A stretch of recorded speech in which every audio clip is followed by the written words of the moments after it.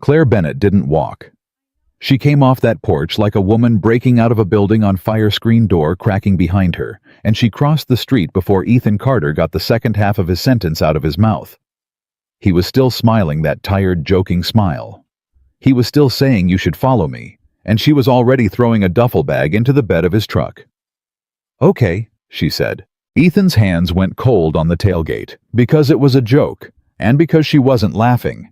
What neither of them knew was that Claire had been carrying something in her coat pocket for 3 years, something with his dead wife's handwriting on it. Before we go on, do me a favor. Tell me in the comments what city you're watching from so I can see how far this story has traveled tonight. And if you believe it's never too late for a man to start over, subscribe and stay with me all the way to the end, because this one earns it.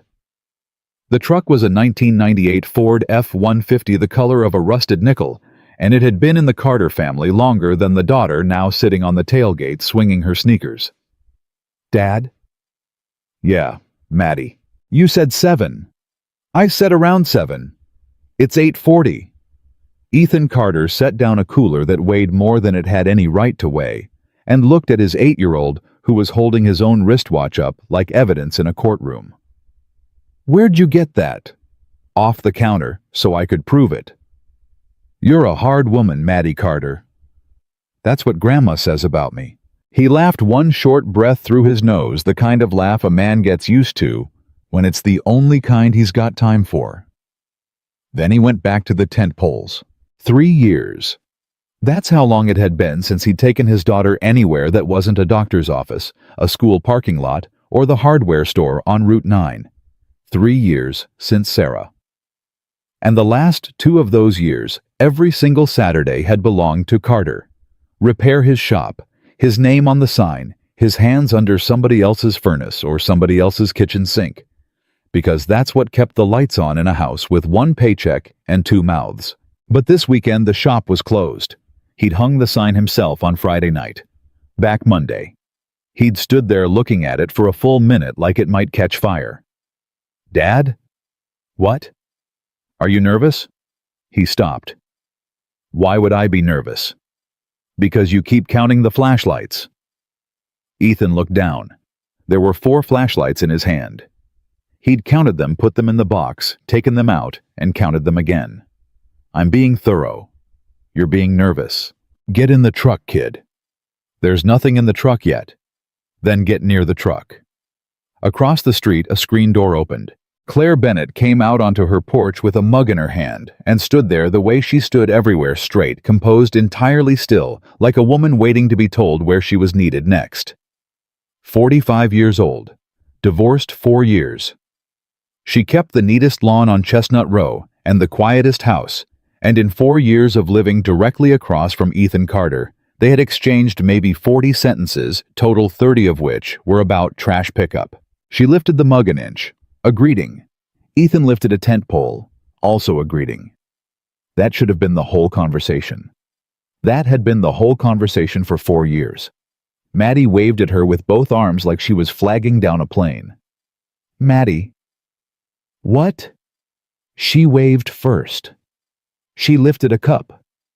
"That counts." Claire came down 2 steps. "You're going somewhere." "Mountains," Ethan said. 2 nights. "He said 7 o'clock, Maddie called out. "It's 8:41. "Maddie." "It is." Claire's mouth moved. Not quite a smile. Something rustier than that, like a hinge that hadn't turned in a while. 8:41's not so bad." "Thank you," Ethan said. "Somebody in this family should be on my side." And that right there was the moment. Ethan replayed it later 100 times and could never explain to himself why he said what he said next. He wasn't a flirt. He wasn't even most days a talker. He was a man who fixed things and went home. But he was standing in a driveway at 8:41 in the morning with a truck full of camping gear and a knot in his chest. He couldn't name, and he was terrified, plainly, stupidly terrified of driving into those mountains alone with a daughter he was scared of disappointing. So, he did what men his age do when they're scared. He made a joke. "You should follow me," he said. "Come on, 2 days in the woods, maybe you need an advent." "Okay." Ethan kept talking for another half second. That's the part he never forgot. His mouth was still moving on a sentence his ears had already stopped hearing. Tour, more than I do, he finished. The mug was on the porch rail. The screen door was already swinging. Wait, he said. She didn't wait. Claire, hang on, Claire. That was... The door shut. Ethan stood in his own driveway holding a tent pole like a man who'd just been handed a live wire. Maddie's eyes were enormous. Did she say okay? She said okay. Dad, she said okay. I heard what she said. Is she coming? She is not coming. She went inside. She went inside because that's where her house is. She went inside fast. Maddie, I'm just saying she went inside fast, Dad. Ethan set the tent pole down very carefully, as though placing it gently might slow the world back down to a manageable speed. He put both hands on the tailgate. He breathed. It was a joke. That's all it was. A dumb, harmless, neighborly joke. The kind of thing a guy says over a fence about the weather or the Steelers or the price of gas. You say it, the other person laughs, and everybody goes back to their own life. Nobody says, okay. Nobody in the history of Chestnut Row had ever said okay. Dad, get in the truck. You said there's nothing in the truck. Get in the truck anyway. 2 doors down. Dorothy Whitaker, 76 years old, 41 years on that street. A woman who had never in her life missed anything, had stopped watering a planter and was watching the Carter driveway with the focus of a hawk over a wheat field. Morning, Dot, Ethan called. Morning, Ethan? She didn't look away. Fine day for a trip? Sure is. Fine day for a lot of things. Dot. I'm watering my petunias, Ethan Carter. She was pouring water directly onto the concrete. The Bennett screen door opened. Claire came out with a canvas duffel over her shoulder and a jacket folded over her arm, and her hair pulled back, and something in her face Ethan had absolutely never seen there before. 4 years of polite nods and trash day small talk, and he had never once seen Claire Bennett look like that. She looked like a woman who had made a decision she was afraid of. She crossed the street. She dropped the duffel into the bed of the truck. It landed with a solid, final sound right next to the cooler. Okay, she said again. I'm ready. Ethan opened his mouth. Every reasonable sentence he owned lined up behind his teeth. I was kidding. It was a joke. You don't have to do this. I don't know what I was thinking. My wife's been gone 3 years and I don't know how to talk to people anymore. And I said a stupid thing and now there's a bag in my truck. What came out was, you packed fast. I didn't pack much. How much is not much? 2 shirts, toothbrush, boots. That's it. That's it. Claire. Say it, she said. Say what? Whatever you've been standing there deciding whether to say for the last 4 minutes. Ethan looked at her. He was aware of Maddie behind him, absolutely rigid with attention, and of Dot Whitaker 2 doors down, drowning a planter. It was a joke, he said. Claire nodded slowly. I know. You know. Ethan, I've lived across from you for 4 years. You've never invited me to so much as a barbecue. Of course I know it was a joke. Then why? Because I'm tired, she said. And she said it so plainly, so completely, without drama, that it went into him like a nail. I'm tired, she said again. I'm 45 years old. I get up at 5:30. I go to work. I come home. I make dinner for 1 person, and I eat it standing at the counter, because sitting down at the table by myself makes me feel like I'm at my own funeral. I call my daughter on Sundays, and she talks to me for 11 minutes, and then she has to go. And then it's Monday.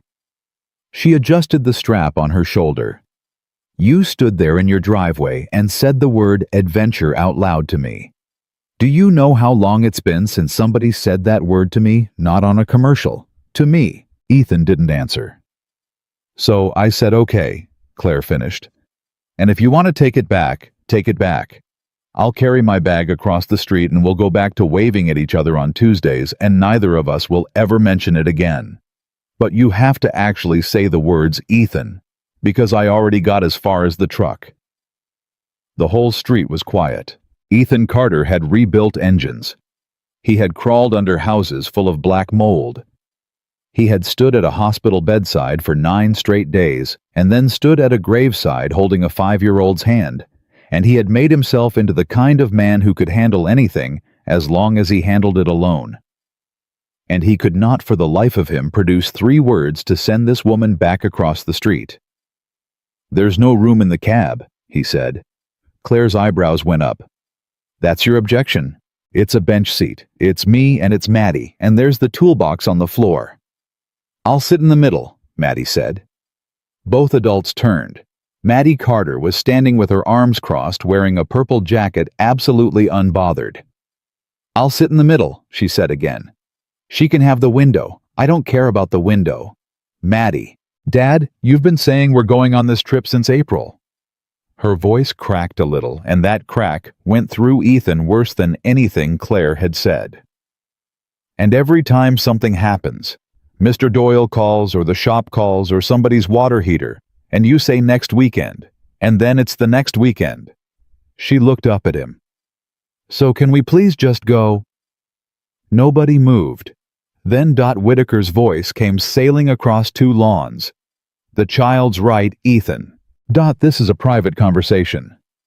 You're having it outdoors." Ethan closed his eyes, opened them. "Front seat's a bench," he said to Claire. "It's 40 minutes to the interstate, and then 2 hours of switchbacks. The truck pulls right. The radio only gets AM, and I don't have a plan past the campground." Claire picked her duffel back up and set it more securely against the wheel well. "I haven't done anything without a plan in 20 years, she said. "Sounds fine." They got as far as the end of Chestnut Row before Ethan's phone rang. He looked at the screen the way a man looks at a dog he's already been bitten by. "You gonna get that?" Claire asked. "No." It rang again. He pulled over next to the stop sign. "Dad?" "I know." "It's Mr. Doyle, isn't it?" "I said I know Maddie." He answered it. "Vernon." Ethan listened. Claire watched the side of his face and saw something happen there, a tightening around the jaw, a stillness that wasn't calm. "That's not what we agreed on," Ethan said. No, sir, I've got it in writing. Vernon, I bought the material. That's $4,000 of copper sitting in my shop right now that I bought because you told me—" He stopped, listened. "When would you know?" The pause went on too long. "All right," Ethan said finally, in a voice with nothing in it at all. "Monday. Yeah. You have a good weekend too." He hung up. He put the phone face down on the dash. He put both hands on the wheel. "Everything okay?" Claire asked. "Fine." "Ethan." "It's fine."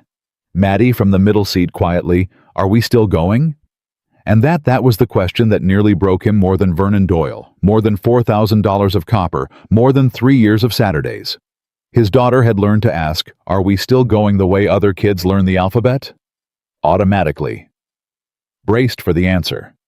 Ethan put the truck in gear. "We're still going," he said. They rolled through the stop sign, and for about a quarter mile nobody said anything at all. Then Claire said, "Vernon Doyle, Doyle Properties." Ethan glanced at her. "You know him?" "I know of him. I did the books for a contractor in Danville for 6 years. Doyle's name came across my desk more than once." A pause. "It never came across it clean." "He's my biggest account." "How big, yo, Claire?" "How big, Ethan?" Ethan's hands shifted on the wheel. 60%. Claire whistled low. 60% of your business is one man. 60% of my business is one man who pays on time and doesn't argue about the invoice. Yes. Until he does. Are we doing this? Is this what the next 2 hours are? I'm sorry. She put her hands up. You're right. I'm sorry. Old habit. What habit? Fixing things that aren't mine. Ethan drove. The town thinned out into fields and then into that low green country that came before the real mountains started. You did books, he said eventually. 22 years. Started as a receptionist. Ended up running the office for a company that did 11 million a year. She said it without pride. Then Richard left and I moved, and now I do payroll for a dental group and I'm home by 5. Why'd you take a smaller job?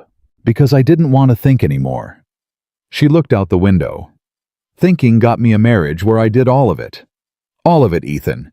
The taxes, the insurance, the doctors, his mother's medications, the school forms, the vacation planning, and he'd tell people at parties that he was the lucky one and everybody would laugh and I'd smile. Her voice didn't change. That was the strange part. It stayed perfectly level. And when he left, he told me the problem was that I was always so capable. Maddie looked up. That's mean. Yeah, Claire said. It was. My dad's capable. I've noticed. He fixed Mrs. Whitaker's air conditioner for free. Maddie. You did. I fixed a capacitor. That's a $12 part. He fixed it for free, Maddie repeated to Claire. And then he told her it was a promotion. There's no promotion, Dad. You made that up. Claire turned in the seat and looked at Ethan for a long moment. What? He said. Nothing. You're looking at me. I'm allowed. I'm a passenger. They stopped for gas about an hour out at one of those two-pump stations that also sells bait and firewood and hot dogs that have been on the roller since the Clinton administration.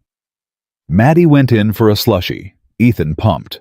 Claire leaned against the truck bed with her arms crossed against the wind. Can I ask you something? She said. You've been asking me things for an hour. How long since you took a trip? Ethan watched the numbers climb. 3 years. Since your wife. Since Sarah. Yeah. What was the last one? Myrtle Beach. Maddie was 5. Sarah had already... He stopped. Started again. She already knew. She didn't tell me for 11 days. She wanted the trip first. Claire didn't say anything. She didn't say I'm so sorry, or she sounds like she was wonderful, or any of the 40 things people said. She just stood there and let it be quiet. And Ethan realized with something like shock that he was grateful. Everybody says something, he said. I know. Everybody's got a thing they say. I've been on the other end of casseroles, Claire said. Different situation. Same casseroles. Ethan almost smiled. Here's what I actually want to know, she said. Why'd you say it this morning? Out of everything you could have said to me, why follow me? It was a joke. You said that. It was. Ethan. He hung up the nozzle. He looked at the pump, and then at the sky, and then at his daughter through the window of the gas station standing on her toes at the slushy machine. Because I didn't want to get in this truck alone with her, he said. Claire went still. That came out wrong. He rubbed the back of his neck hard. I wanted to. I've wanted to take her somewhere for 3 years. But every time I'd get close, I'd think, what if I get out there with her, just the two of us, and there's nothing to fix and nothing to do, and no shop to run and no calls to take? What's left? Just me. And me isn't... He stopped. Isn't what? Sarah was the fun one, Ethan said. That was the arrangement. She was the fun one, and I was the one who made sure the tires had air. He shook his head. I don't know how to be the fun one, Claire. I've been trying for 3 years, and I'm bad at it. And that kid deserves... His voice caught, and he stopped it hard the way men his age are taught to. She deserves better than a guy counting flashlights. The wind came across the lot. So you were scared, Claire said. I didn't say that. You said it in about 400 words, but yes, you did. That's not... Ethan. She stepped away from the truck bed so she was in front of him. I said okay because I'm lonely. You said follow me because you're scared. That's the whole thing. That's the entire deal we just made in your driveway. So let's not spend 2 days pretending either one of us is out here for the scenery. Ethan stared at her. All right, he said. All right. That's the most honest conversation I've had in 3 years, and it happened at a gas station. They usually do. The station door banged. Maddie came out at a dead run with a slushie the size of her own head. Dad! Dad! They have a bear. They have a what? A bear. In the back. It's stuffed. It's standing up. She grabbed Claire's sleeve without a thought in the world and pulled. Come look at the bear. Claire looked down at the small hand on her sleeve. Something moved across her face, quick and painful, and gone. Okay, she said. They got back on the road. The land started to rise. The AM radio gave them a preacher, then a farm report, then nothing. Maddie fell asleep against Claire's arm, somewhere around the second ridge. Slushy still gripped in both hands, and Claire sat absolutely rigid for 10 minutes before she let herself relax under the weight of the kid's head. You can move her, Ethan said quietly. I'm fine. Your arm's gonna go dead. I said I'm fine. Ethan drove. Nora used to do that, Claire said after a while. Fall asleep on me in the car. She'd fight it so hard she'd be sitting up straight going, I'm not tired, and then she'd be out. She looked down at Maddie. She's 22 now. She calls on Sundays. For 11 minutes. You were listening? I was listening. The road climbed. Ethan downshifted and the old truck complained about it. Can I tell you something? Claire said. And you don't respond. That's an unusual request. I'm serious. You just drive and I'll talk and then we'll never bring it up again. Okay. Claire looked out the windshield at the guardrail and the drop beyond it.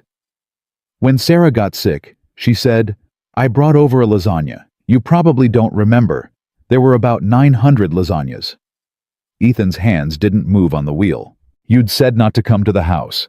That's what the sign-up sheet said. Leave it on the porch, don't ring the bell. So I left it on the porch, and I was walking back down the steps and the door opened, and it was her.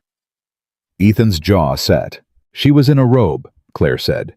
She held on to the doorframe the whole time. And I said something stupid. I said you should be resting, and she said... Claire stopped, breathed. She said, you're the one across the street, the one with the porch light on all night. Ethan didn't say anything. He'd promised not to. I said yes. And she said, do you sleep? Claire's voice thinned out. And I told her the truth, which was no, not really, not since the divorce. And this woman who had 4 months left, she stood there in a bathrobe and she was worried about me. Claire laughed and it broke in the middle. She said, turn your porch light off, honey. Somebody'll think nobody's home. Make them come to the door. The truck engine filled up the silence. I've thought about that sentence every week for 3 years, Claire said. Make them come to the door. Ethan drove. And then this morning, Claire said, a man stood in his driveway and said, follow me. She wiped her face once fast with the heel of her free hand and put her hand back on Maddie's shoulder. That's it, she said. That's the whole thing. You said you wouldn't respond. Ethan Carter drove for another 1.5 miles without saying a word because he had promised, and because he wasn't sure his voice would work. Then he reached over past his sleeping daughter, careful not quite touching, and turned the radio off so there'd be nothing between them but the sound of the engine climbing. And in the pocket of the jacket folded across Claire Bennett's lap was an envelope she had carried in every coat she owned for 3 years. 3 inches by 5, soft at the corners from handling with 2 words written across the front, in a dead woman's handwriting. For Ethan. 11:40 in the morning, the truck lost the mountain. It did not do it dramatically. There was no bang, no smoke, nothing a movie would have given him. There was just a needle that had been sitting where it always sat, and then was not, and Ethan Carter watched it climb the way a man watches a wasp cross a room. Dad? I see it. It's in the red. I see it, Maddie. Claire straightened in the seat, and Maddie came awake all at once, the way kids do, sitting up so fast that the empty slushy cup went off her lap and onto the toolbox. What's happening? Nothing's happening. Something's happening. He's making the face. I'm not making a face. Claire, he's making the face. He's making a face, Claire agreed. Ethan got the truck onto what passed for a shoulder which was gravel and about 11 inches of it, and shut the engine down. In the quiet afterward, there was a sound underneath the hood, like water going out of a bathtub. Nobody moved for a second. "Okay," Ethan said. "Everybody stay in the cab." "Dad?"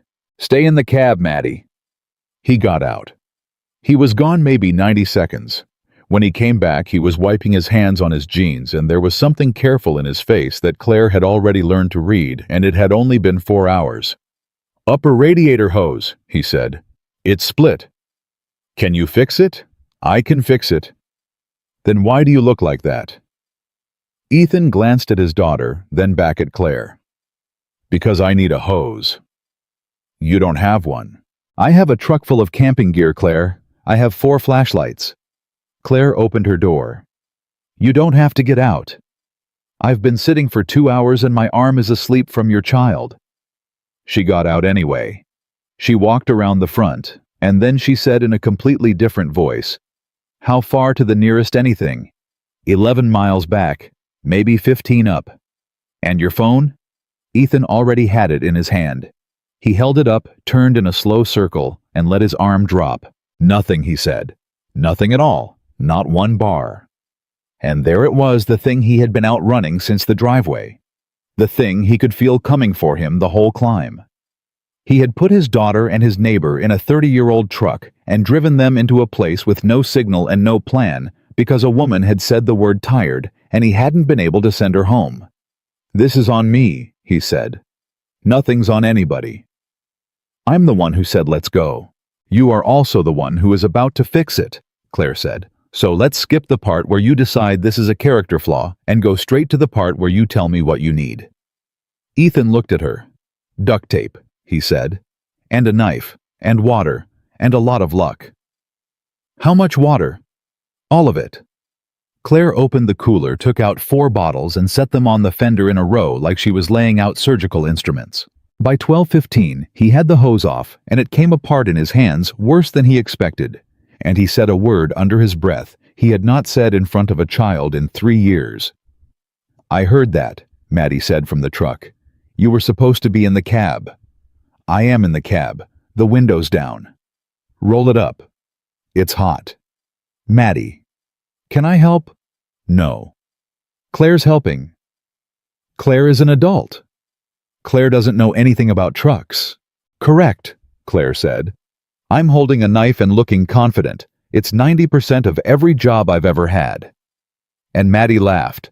She laughed the loud, unembarrassed way she used to laugh 3 years ago, before everything, and the sound went into Ethan's back like a hand pressing between the shoulder blades, and he stood there over a broken engine, with his eyes stinging, and pretended it was the heat coming off the block. At 12:40, he had a repair. It was tape and a section of hose he had cut down, and a hose clamp he had robbed off something else, and it was by any professional standard garbage. "Will it hold?" Claire asked. "For a while." "How long is a while?" "Long enough to get somewhere, or not long enough, and we'll know which one in about 20 minutes. That's the worst answer I've ever heard. It's the true one. Claire wiped her hands on her jeans exactly the way he had, and did not seem to notice she had done it. "Then let's find out," she said. It held for 19 miles. At 1:20 in the afternoon, they came off the ridge into a wide place in the road that had a gas pump. A hand-painted sign that said, "Bledsoe Auto and More," and a man in his 60s sitting in a lawn chair in the shade of the building like he had been placed there by the county. The man watched them roll in trailing steam. He did not get up. "Well," he said. "Upper hose," Ethan said. "Sounds right." "You got 1. For a 98, I got about 9. The man stood up slow, 1 vertebra at a time. "Ray Bledsoe." "Ethan Carter." "Carter." Ray tipped his head. "You do work down the valley repair outfit." Ethan stopped with his hand still out. "You know my shop. I know the name off a truck door," Ray said. "Fella came through here Thursday hauling copper, and he had a bill of sale with a name on it, and I remember thinking, that's a lot of copper for one man." Claire turned her head. "What fella?" Ethan said. "Didn't ask him. He bought $40 of diesel, and he was in a hurry." Ray shrugged. "Might be nothing. Let me find your hose." He went inside. Ethan stood in the lot with his hand still half out and the heat coming up off the gravel. "Ethan," Claire said. "It's nothing." "You went white." "Copper moves around. That's what it does." "Ethan?" "Claire, I have got a broken truck and an 8-year-old who has been waiting since April, and I'm not going to spend today chasing a story a man in a lawn chair told me." Claire didn't push. That was the thing about her he could not get used to. Everybody pushed. Everybody had a follow-up question, a suggestion, a name of somebody they knew. Claire just looked at him for 2 seconds and then let it go. And somehow that was worse, because now he had to carry it by himself with her watching him carry it. Ray came back with a hose. $22, he said. "Bay's open if you want the lift." "I'll do it in the lot." "Course you will." At 2:10, the hose was on, and the system was bled, and the truck was running like it had never had an opinion about anything. Maddie had spent the entire hour on a stack of tires talking to Ray Bledsoe about bears, and Ray, who had not said 40 words to Ethan, had apparently said 400 to her. "He says there's bears at Whistler's Bend," Maddie announced. "There aren't bears at Whistler's Bend." "He says there are." "He says that to everybody's kid." "That's true," Ray called. "It's good for business." Claire paid for the hose. Ethan saw it happen from 12 feet away, the bill going across the counter, and he crossed that lot faster than he had moved all day. "What are you doing? Buying a hose?" "I'll get it." "It's $22. "I said I'll get it." Claire turned around and looked at him, and the entire lot got very quiet, because Ray Bledsoe had lived long enough to know when to study a rack of air fresheners. "Okay," Claire said evenly. She held out her hand. $22. Ethan pulled out his wallet. He was aware with a kind of sick clarity that there was $160 in it, and that it had to last until Monday, and that Monday now had a question mark on it the size of Vernon Doyle. He put the money in her hand. "Thank you," she said. "Claire, no, I mean it."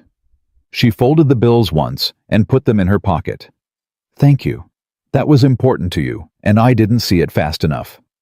And that flattened him more than an argument would have. They got back on the road at 2:35. For 11 miles, nobody spoke. Then Maddie from the middle of the seat said the thing she had clearly been building up to for an hour. "Claire." "Yes." "Did you know my mom?" Ethan's hands went tight on the wheel. "I knew her a little," Claire said. "What did you know?" Claire was quiet a second. "I knew she had a laugh you could hear across a street. You could hear it from your house. I could hear it from my kitchen." Maddie thought about that. "Dad says I laugh like her." "Dad's right. He doesn't say it a lot." "No." "He doesn't say her name a lot either," Maddie said. "I count sometimes." The cab went so quiet that the tires got loud. "Maddie," Ethan said, "I'm not being bad." "I know you're not. I just count." "How many?" Ethan said, and his voice came out cracked down the middle. "How many times, Maddie?" 4, she said. "Since Christmas." Ethan drove. The road went up and around and up again, and he drove it with both hands and did not trust himself to look at anything but the yellow line. "That's my fault," he said finally. "That's not because I forget her Mads. That's because I'm a coward about it." "You're not a coward." "I'm a little bit of a coward about it." "Claire, is he a coward?" "He's the least cowardly coward I've ever met," Claire said, and Maddie laughed. And just like that, the pressure in the cab broke, and Ethan breathed for the first time in 5 miles. But his hand went to his shirt pocket twice before he caught himself doing it. There was nothing in his shirt pocket. There hadn't been for 3 years. It was just where he used to keep his phone when Sarah was in a hospital bed, and he needed to feel it against his chest. Claire noticed. Claire noticed everything. They rolled into the campground at 4:15 with the sun still high and Maddie hanging out the window like a dog.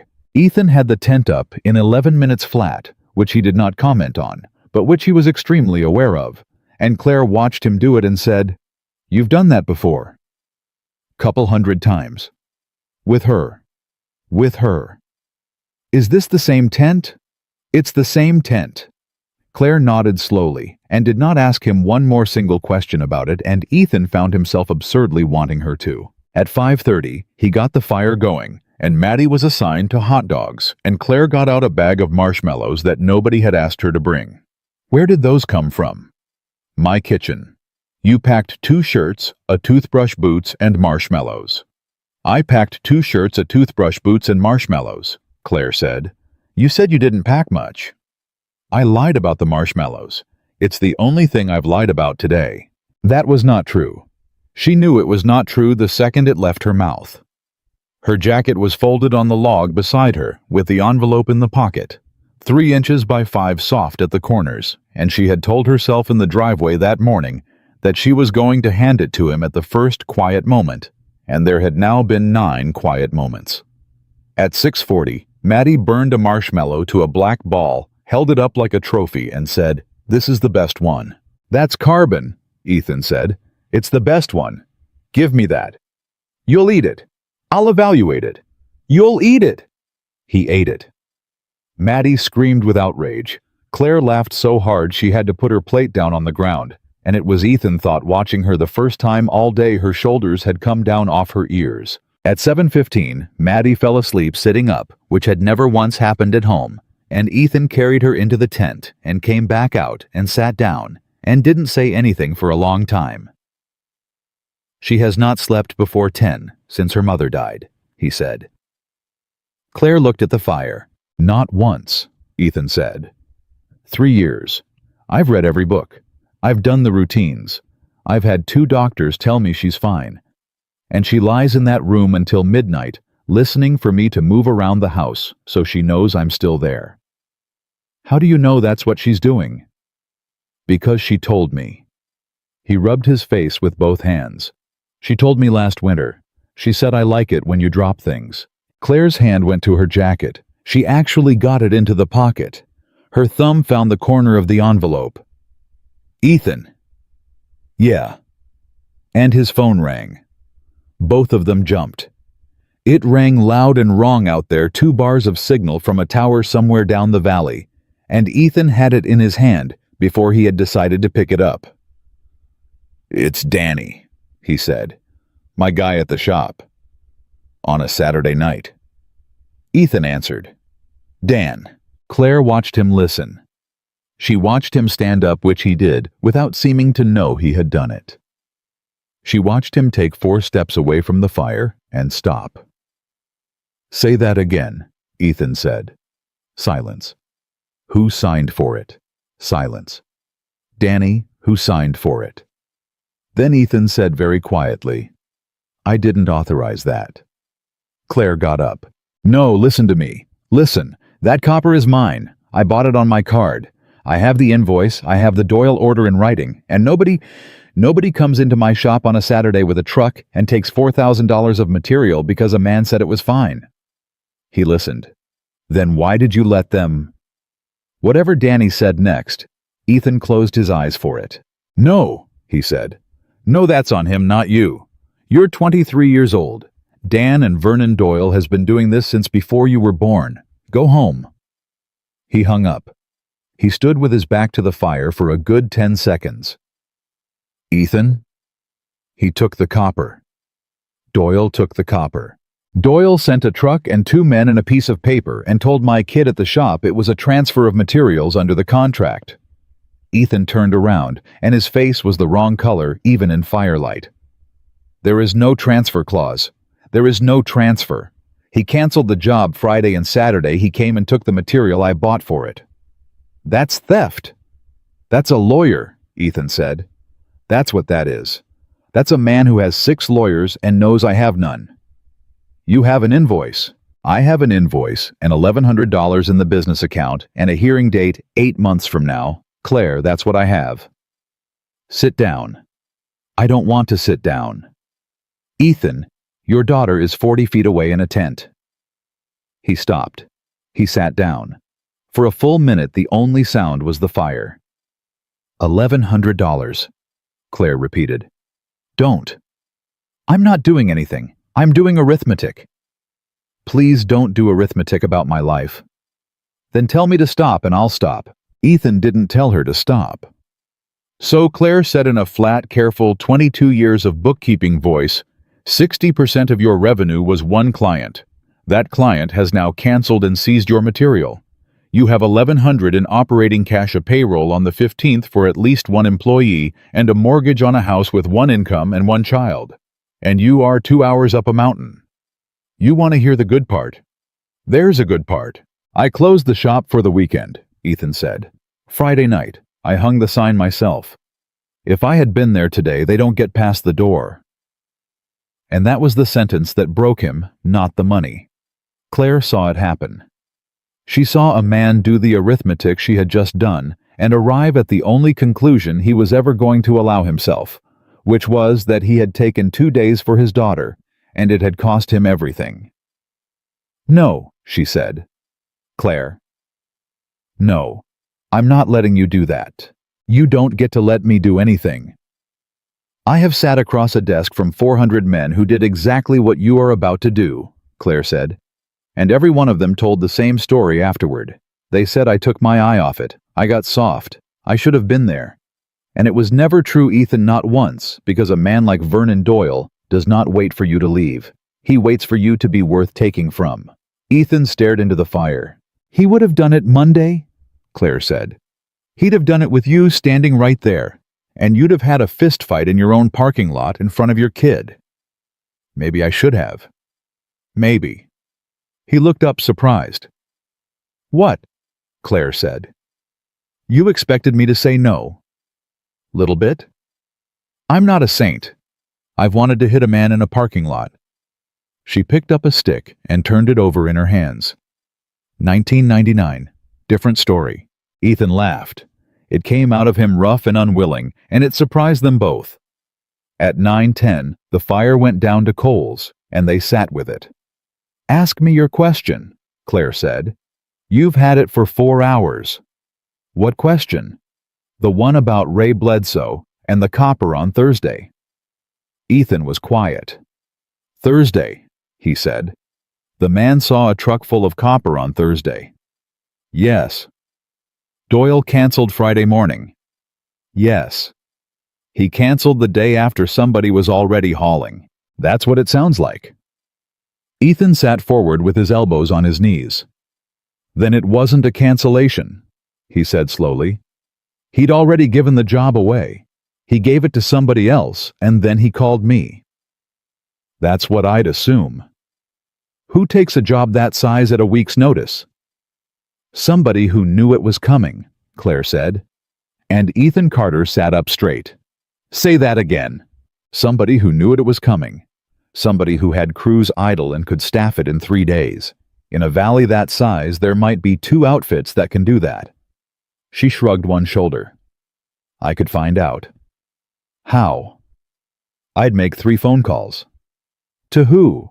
To people who owe me favors from a life I don't live anymore. Ethan looked at the coals for a long moment. No, he said. Ethan. No, Claire, I'm serious. No. It's 3 phone calls. It's 3 phone calls today, and it's you handling my life by Christmas. The words landed harder than he meant them to. He knew it the second they were out. Claire's face did not change. That was somehow the worst part. It did not change at all. That's fair, she said. That's not what I meant. It's a completely fair thing to say, and I'd be lying if I told you it was wrong. She stood up and brushed off her jeans. Richard used to say I ran a house like a job site. He didn't mean it kindly, but he wasn't wrong either. I don't know how to be around people without managing something. Claire, sit down. I'm going to check on Maddie. She's asleep. Then I'm going to check on her while she's asleep.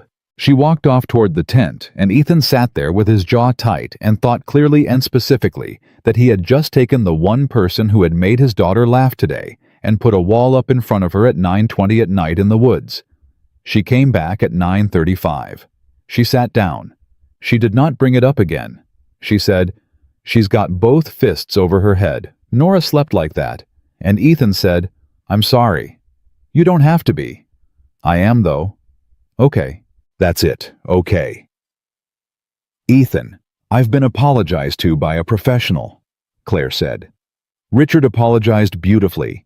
He apologized like it was a craft, so no offense, but I stopped grading them. She poked the coals. You said one true mean thing to me, and then you said sorry inside 15 minutes, and that's already better than 19 years. Ethan turned that over. That's a low bar, he said. It is a very low bar, Claire agreed. You cleared it, though. At 10:05, she took her jacket off the log and put it across her knees, and her hand went into the pocket, and this time she got the envelope halfway out. Ethan, there's something I've been meaning to. His phone lit up. Not a call. A text. It came in with that hard buzz on the log, and they both looked at it, and Ethan picked it up, and Claire watched his face and knew before he said a word. Doyle, he said, on Saturday night. He's letting me know he's the kind of man who works Saturday night. Ethan read it out loud flat, like a man reading a weather report. Ethan, sorry for the confusion on materials. Legal says the transfer's covered under Section 9. Give me a call Monday, and we'll talk about getting you some overflow work down the road. No hard feelings. V. Claire did not say anything for 4 full seconds. Then she said, overflow work. Yep. He stole $4,000 of your copper and offered you scraps off the job he took. That's the offer. And Section 9 doesn't exist. Section 9 is a service window, Ethan said. It's about scheduling. I've read that contract 900 times, Claire. I read it in the parking lot before I signed it because I didn't have a lawyer to read it for me. Claire stood up. Where are you going? Nowhere, she said.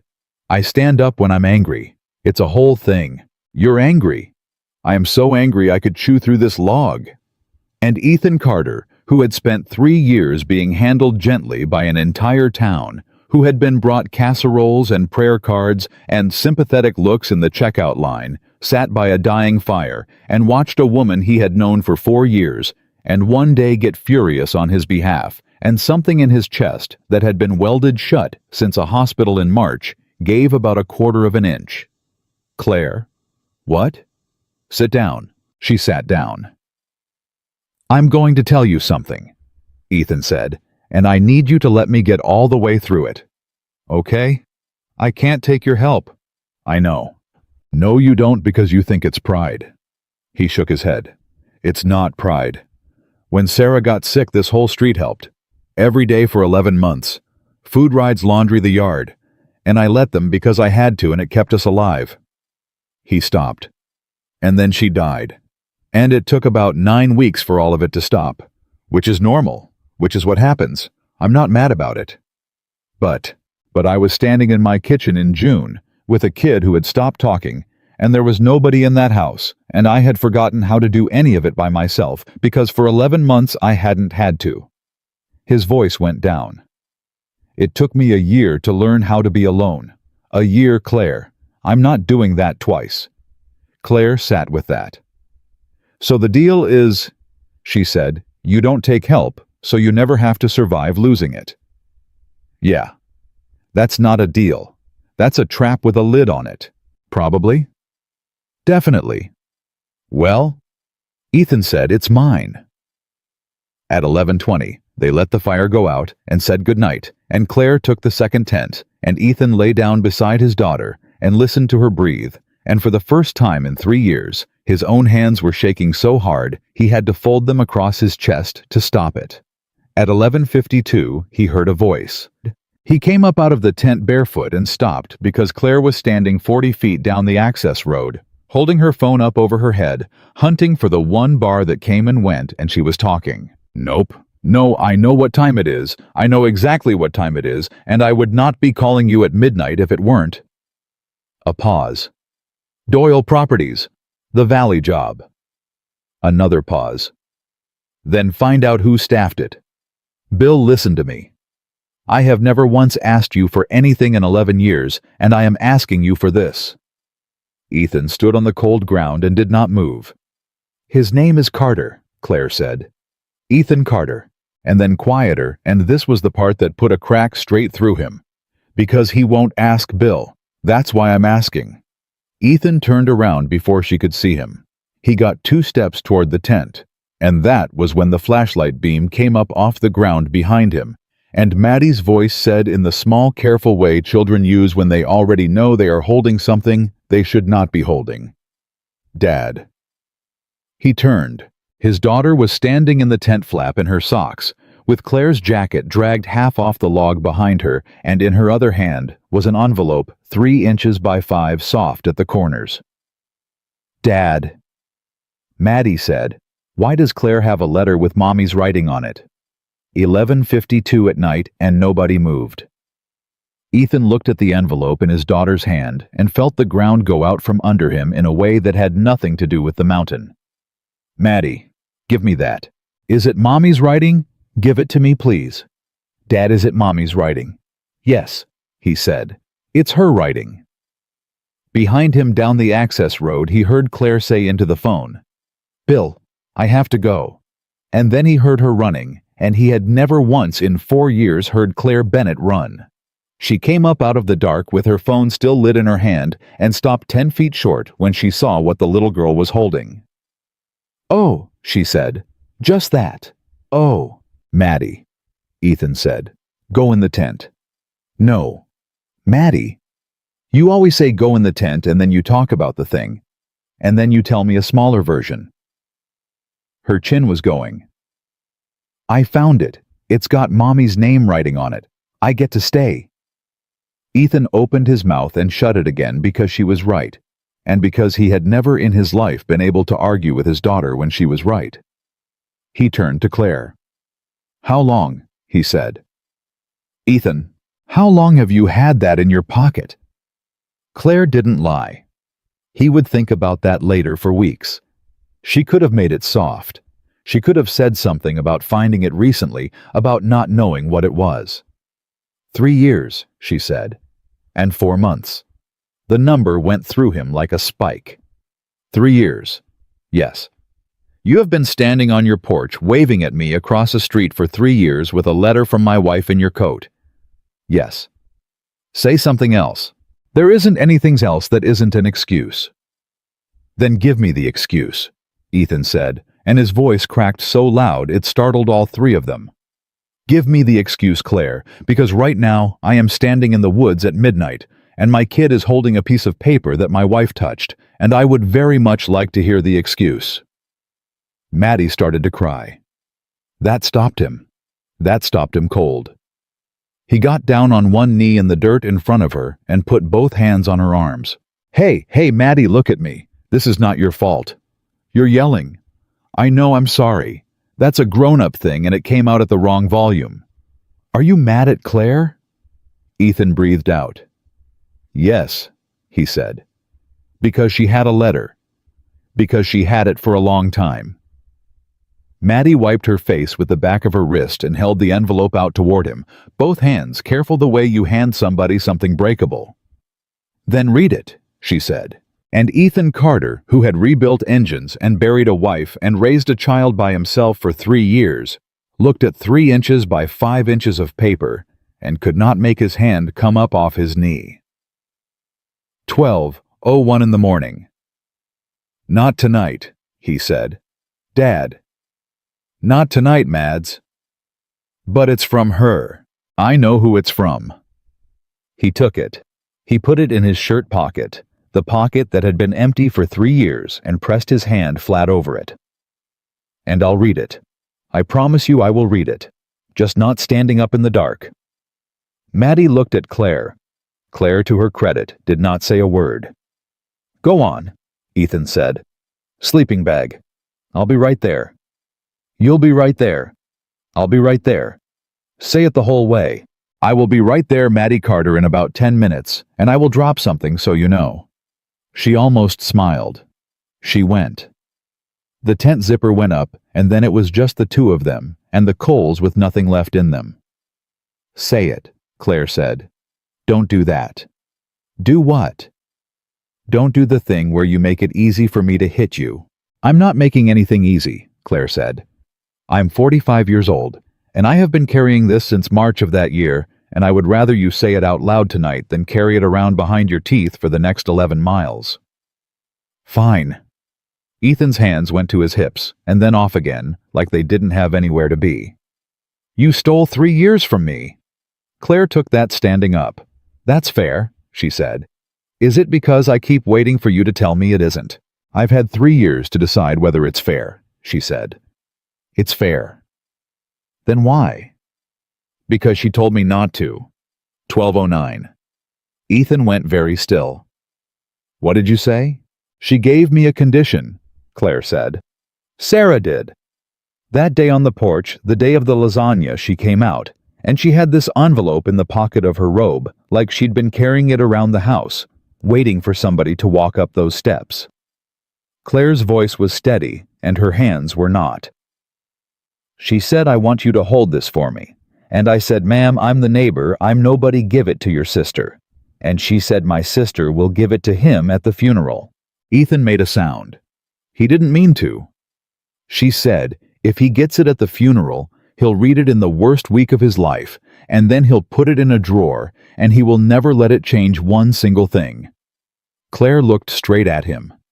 And then she gave me the condition. Say it. She said, don't give this to him until he lets somebody help him. The night got very loud around them, all the small noises that live in a mountain, and Ethan Carter stood in the middle of it and did the math he did not want to do. 3 years, he said. 3 years. 3 years, and I never. You never, Claire said. Not once.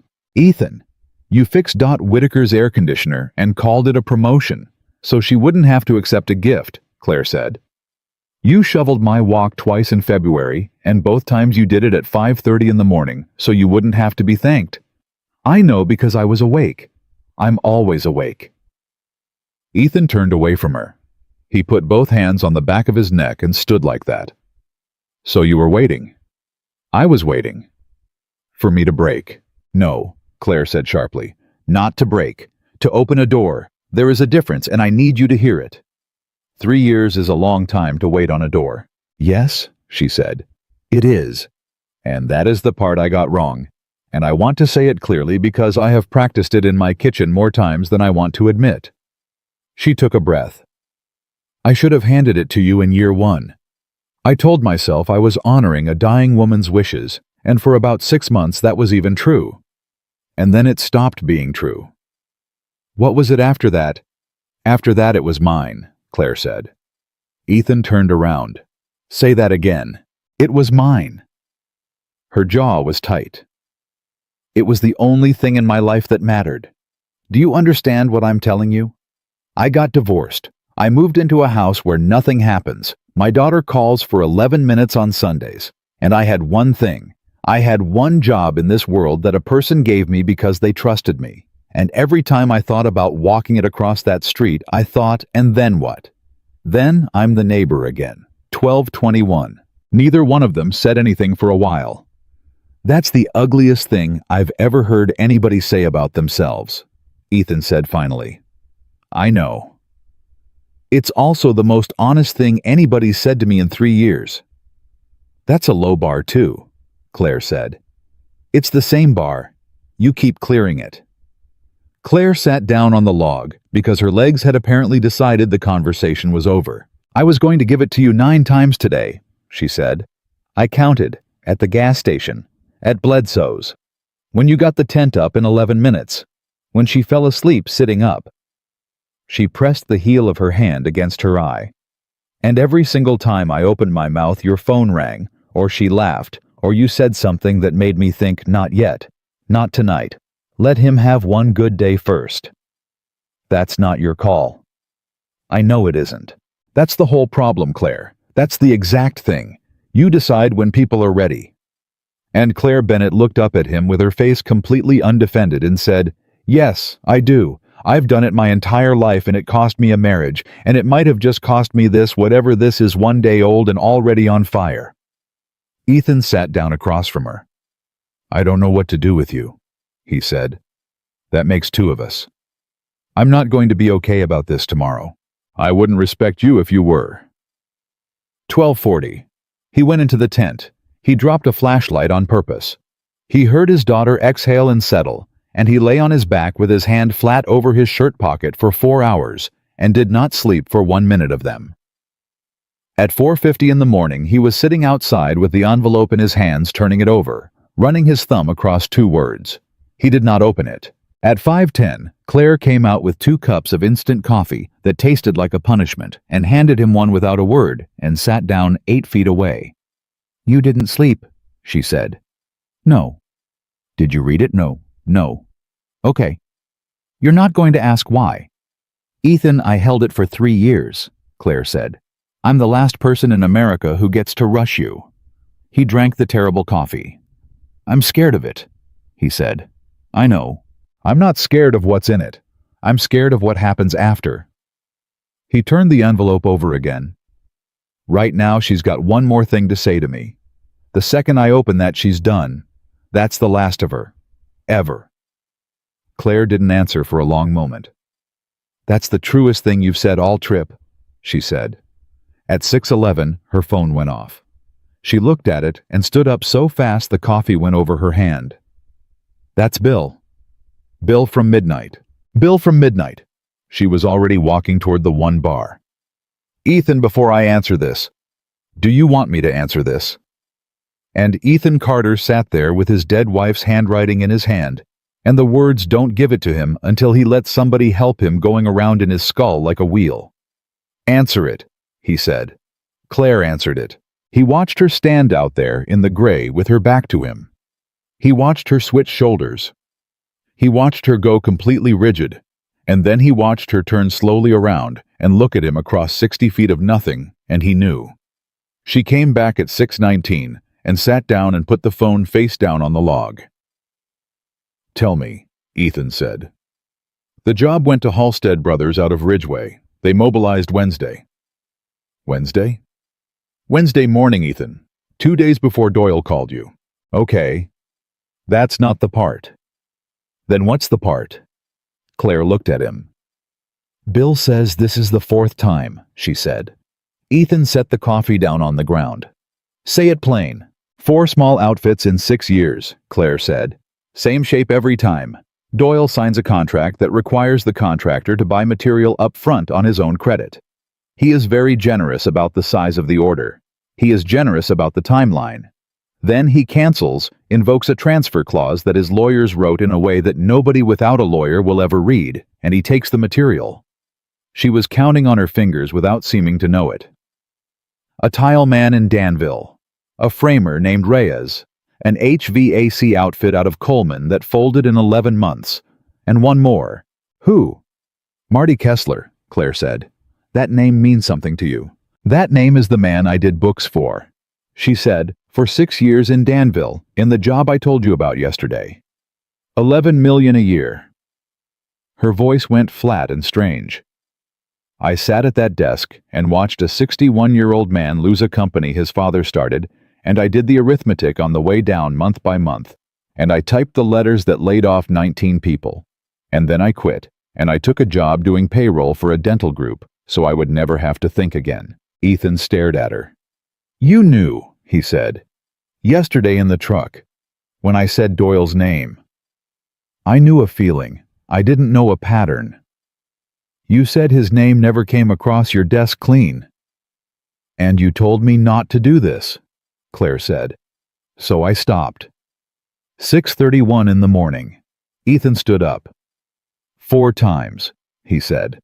4 that Bill knows about. He thinks there are more.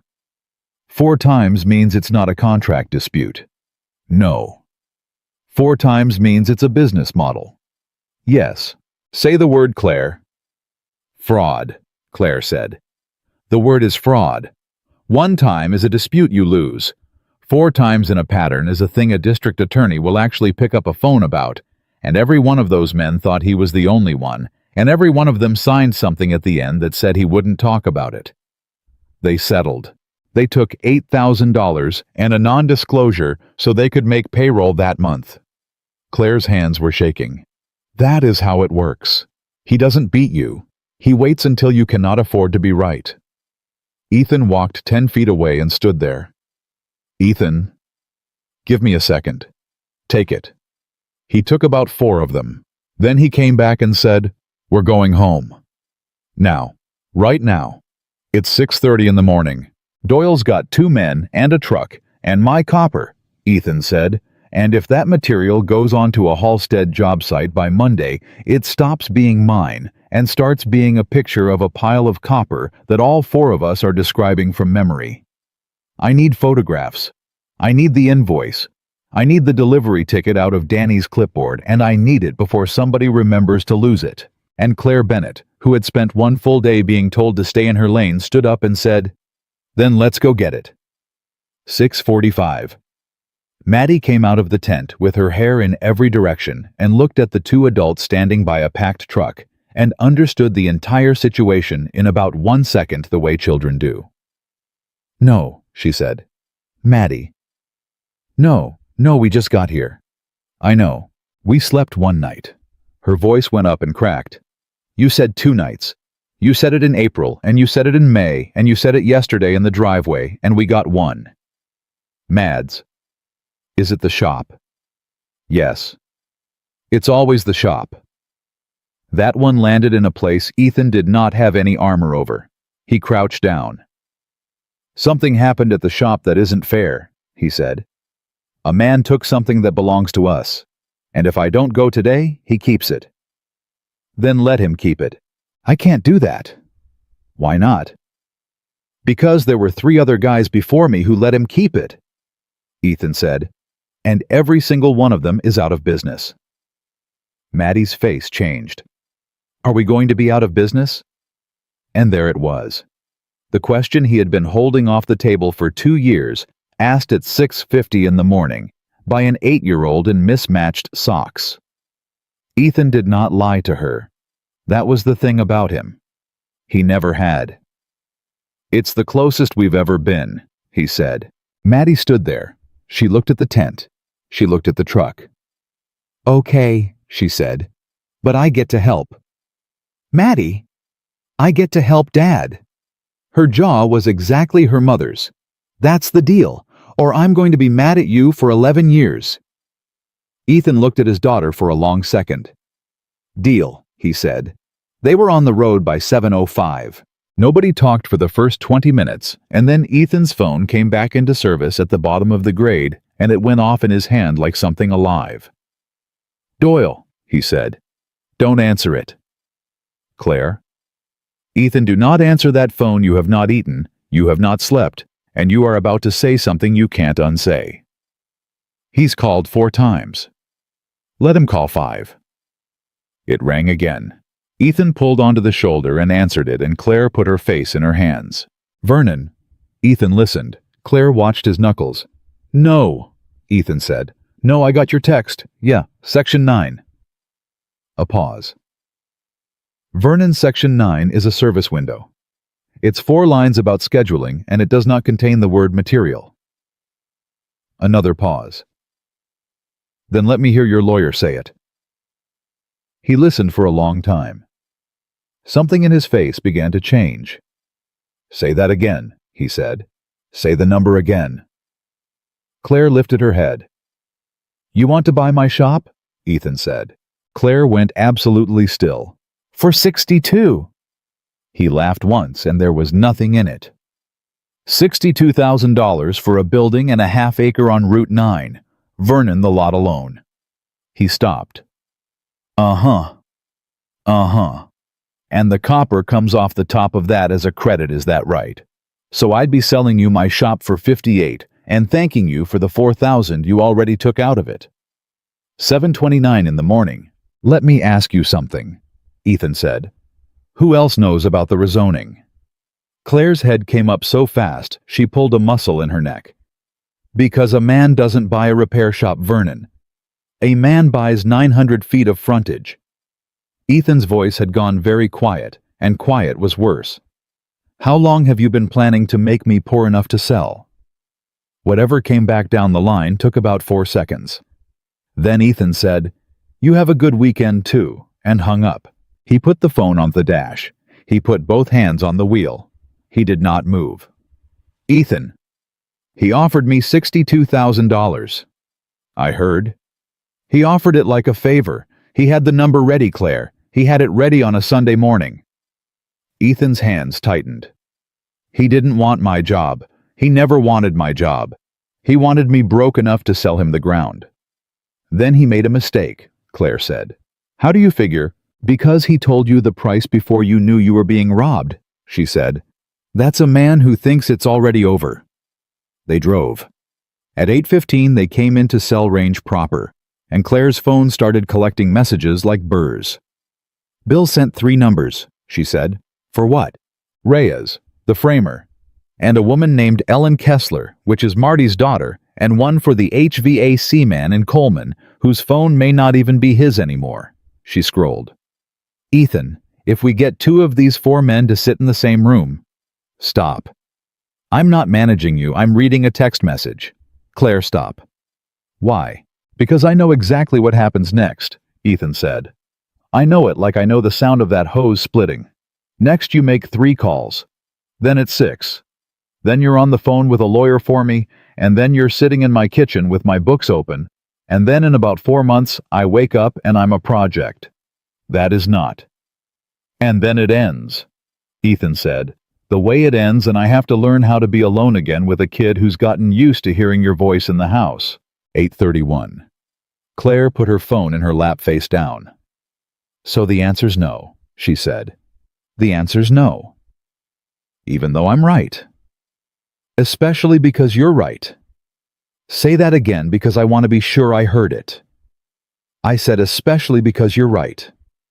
Ethan kept his eyes on the road. Claire, I can't let somebody else carry my problems. That's the whole thing. That's the only thing I've got left that's mine. And Claire Bennett said very quietly, That's not strength, Ethan. Don't. That's loneliness. The truck went over a bridge, and the tires changed sound and changed back. You can call it whatever you want, Ethan said. I'm calling it what it is. I lived in that house. I built that house. I put a roof on it, and I lived under it for 19 years, and I called it independence, and I called it capability, and I called it being the one who could handle it. And I was so proud of it. And do you know what? It actually was. Her voice finally broke one time in the middle. It was a room with 1 chair in it. From the middle seat, very small, Maddie said, Dad. Not now, Mads. Dad, she's crying. I know. You're supposed to do something when. Maddie, please. 8:44 in the morning, and nobody in that truck said one more word for 11 miles. At 9:02 they came off the highway, and Claire said, Pull over at Bledsoe's. We're 40 minutes from home. Pull over at Bledsoe's, Ethan. He pulled in. Ray Bledsoe was in the lawn chair, like he had never left it. Claire got out and took her duffel out of the truck bed. What are you doing? Ethan said. There's a bus at 11:40 out of the crossroads. It goes to Danville and Danville connects. Claire, you have got about 18 hours to save a business, she said, and you cannot do it with me sitting in your passenger seat, making you feel like a charity case every time I open my mouth. So I am going to remove the variable. Get in the truck. No. Claire, get in the truck. Ethan. I said okay in your driveway yesterday morning because you gave me a door, she said, and I would do it again. I'd do it again today. But I am not going to spend the next 6 months standing outside a man who has decided that the only way to survive is to be the last one standing in an empty room. She put the strap over her shoulder. Read the letter, she said. Whatever you do, read the letter. She was smarter than both of us, and she walked toward the shade of the building where Ray Bledsoe had already gotten up out of his chair. Ethan sat in the truck with the engine running. 9:11. Dad. Maddie, I swear. Dad, listen. His daughter took hold of his sleeve with both hands and pulled it hard. You know how you count flashlights. What? You count flashlights, and you count the propane, and you check the tires 2 times. Her voice was going. You think I don't notice, but I notice everything, Dad. I notice all of it. Maddie.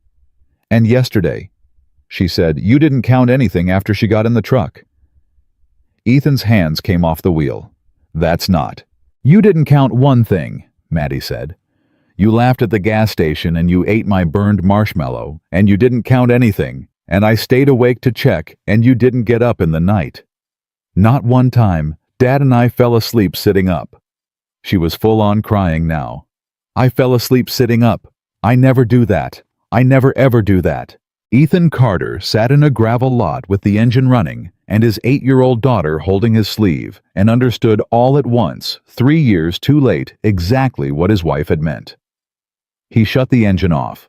He took the envelope out of his shirt pocket. "Okay," he said. "You're going to read it. I'm going to read it. Now. Right now." His hands were not steady. "Because if I don't do it before that woman gets on a bus, I'm going to spend the rest of my life being the guy who almost did." He got the flap open. 9:15 in the morning. His wife's handwriting, one sheet folded twice, and the first line hit him so hard he had to put his hand on the dashboard. "If Claire gave you this," it said, "then you finally let somebody help you, and I have been waiting a very long time to be right about you." 9:16 in the morning, and Ethan Carter read the first line 4 times before he could get to the second one. "Dad? Give me a minute, Mads." "Is it long?" "It's 1 page." "Read it out loud." "Maddie? Read it out loud." She had both hands on his arm. "It's from her. She's mine too." And Ethan Carter, who had gotten very good at deciding what his daughter was old enough to hear, looked at an 8-year-old who had just told him she stayed awake to count how many times he got up in the night, and understood that he had been wrong about that for 3 years too. He cleared his throat. It didn't help. "If Claire gave you this," he read, "then you finally let somebody help you, and I have been waiting a very long time to be right about you." Maddie made a small sound. "Keep going." "I'm going." "Keep going, Dad." "Ethan, I know exactly what you're going to do. You're going to be so good at this. You're going to pay every bill on time, and you're going to fix everything in that house before it breaks, and you're going to make sure that girl never once goes without, and you're going to do all of it alone because you think that's what love looks like." He stopped. He put his fist against his mouth. "Dad, I know. Is it bad?" "No," he said. "No, honey, it's not bad." He kept reading. "It isn't. It's what fear looks like when it's dressed up nice. I married a man who thinks needing people is the same as failing them, and I have loved that man for 11 years, and I could not talk him out of it while I was healthy, so I'm going to try it from here, 9:19. You are going to think that you're keeping her safe. You are going to think that if you never lean on anybody, you can never get dropped. And she will grow up in a very clean, very quiet house, with a father who never once asked for anything, and she will learn it, Ethan. She will learn it from you. She will be 40 years old, standing in a kitchen at midnight, too proud to call a friend, and she will not even know where she got it." Maddie was crying without making any noise at all. "That's the thing I'm scared of," he read. "Not you being sad. You'll be sad and you'll survive it. You survive everything. I'm scared of you teaching her." "Dad? Hang on. Dad, I do that." Ethan looked at her. "What?" "I do that," Maddie said. "At school. When I can't get something, I don't put my hand up, because I can figure it out." Ethan closed his eyes. 9:22 in the morning in a gravel lot with a bus leaving a crossroads in 2 hours and 19 minutes. "There's more," he said. "Read it." "So here's what I want, not a promise. You'll keep a promise until it kills you, and that's not what I'm asking. I want one thing, one single thing, and then I'll leave you alone forever." His voice went. "Let somebody in, not somebody perfect, not a replacement, don't you dare. Nobody's replacing me, and you know it. Just somebody who knocks on the door. Let them in, and let them see the mess, and let them do something for you. And then Ethan, and this is the hard part, let them do it again." Maddie put her head against his arm. "I gave this to the woman across the street," he read, "because she stood on our porch at 8 in the morning with a lasagna, and she looked like somebody who'd forgotten she was allowed to be tired. She has your same disease, honey. She's just got it in a different color." "That's Claire," Maddie whispered. "That's Claire." What else? Ethan got to the last 3 lines and had to stop and start twice. I told her not to give it to you until you let somebody help. If that took a long time, don't be angry at her. Be angry at me. I'm the one who bet on you. He folded it once. That's it, Maddie said. There's one more line. What is it? Turn your porch light off, he read. Make them come to the door. 9:26. Ethan sat there for exactly 9 seconds, which is a long time in a parked truck. Then he said, Where is she? Inside, Maddie said. With the bear. He came out of that truck so fast, the door came back and hit him in the shoulder. Ray Bledsoe was on his feet by the pumps with a rag in his hand. Where is she, Ray? Around back. She was asking about the 1140. Did she call anybody? Son, she's been on that phone since she got out of your truck. Ray tipped his head. Talking numbers. Somebody named Reyes. Ethan stopped dead. She's still calling. She's still calling. And that flattened him more than the letter had. She had gotten out of his truck, been told no to her face, and gone around the back of a gas station and kept working the phone for a man who had just spent 40 minutes explaining to her why she wasn't allowed to. He went around the building. Claire was sitting on an overturned milk crate with her duffel at her feet and her phone against her ear. No, sir. No. I understand. She saw him and did not stop. Mr. Reyes, I'm not asking you to break it. I'm asking whether you know if there were others. That's all. If you can't answer that either, then I'll say thank you and hang up. She listened. Yes, sir, she said. You have a good Sunday. She lowered the phone. He can't talk, she said. He signed. Claire. They all signed Ethan. That's the whole design. 4 men in 6 years, and every one of them has a piece of paper that says he'll be quiet. And the maddest part is, they can't even tell each other they can't compare. They don't even know the other 3 exist. She rubbed her forehead. Reyes wouldn't confirm a thing. But before he hung up, he said, and I want to be careful how I say this. He said, Ma'am, whoever he is, tell him not to sign. Claire. Which means yes, she said. Which means all 4, which means it's a pattern, and I have absolutely no way to prove it because the pattern is made out of men who legally cannot open their mouths. Claire. What? Ethan held up one page. Claire's whole body changed. You read it. I read it. She stood up off the milk crate. And 9:34 in the morning. I need help, Ethan said. Claire didn't move. Say it again, she said. Don't do that. I'm not being cruel. I have wanted to hear a man say that sentence out loud since 1997, and I need to be sure I'm not making it up. I need help, Ethan said. I've got $1,100 and a stolen pile of copper and a man with 6 lawyers who wants my ground, and I don't know what Section 9 says because I never had anybody to read it for me, and I am asking you. His jaw worked. I'm asking you, Claire. Get in the truck. Claire picked up her duffel. Okay, she said. That's it. Ethan, I said okay in your driveway before you finished the sentence. She was already walking. You think I got harder to convince in one day? They were on the road at 9:41. Maddie from the middle of the seat with enormous dignity. You're back. I'm back. Good. Because Dad ate a whole marshmallow of mine, and if you left, that would be for nothing. Claire laughed and then covered her face with her hand and did not take it away for about a mile. Okay, she said finally. Talk to me. What's at the shop right now? Danny's got the delivery ticket on the clipboard by the parts bin. Where's your copy of the contract? File cabinet, bottom drawer. Is it signed in blue or black? Ethan glanced over. What, Bo? Blue or black? Blue. Why? Because Doyle's copy is going to say something slightly different than yours does, Claire said. And if it comes to it, blue ink photographs as an original and black doesn't. That's a Marty Kessler lesson. It cost him $109,000 to learn it, and it took him one afternoon to teach it to me. Ethan drove for a second.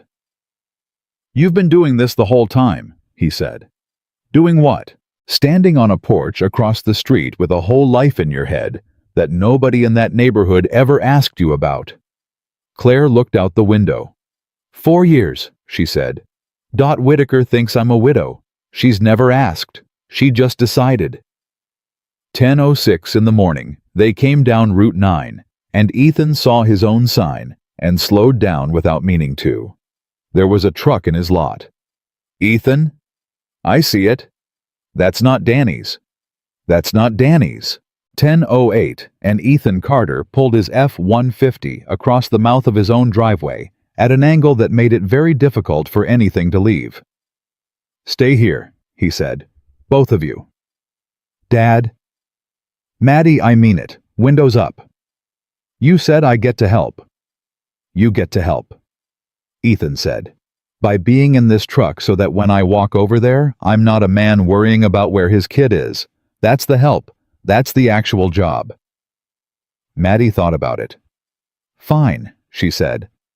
"But I'm filming." Both adults turned. "What?" "On Claire's phone."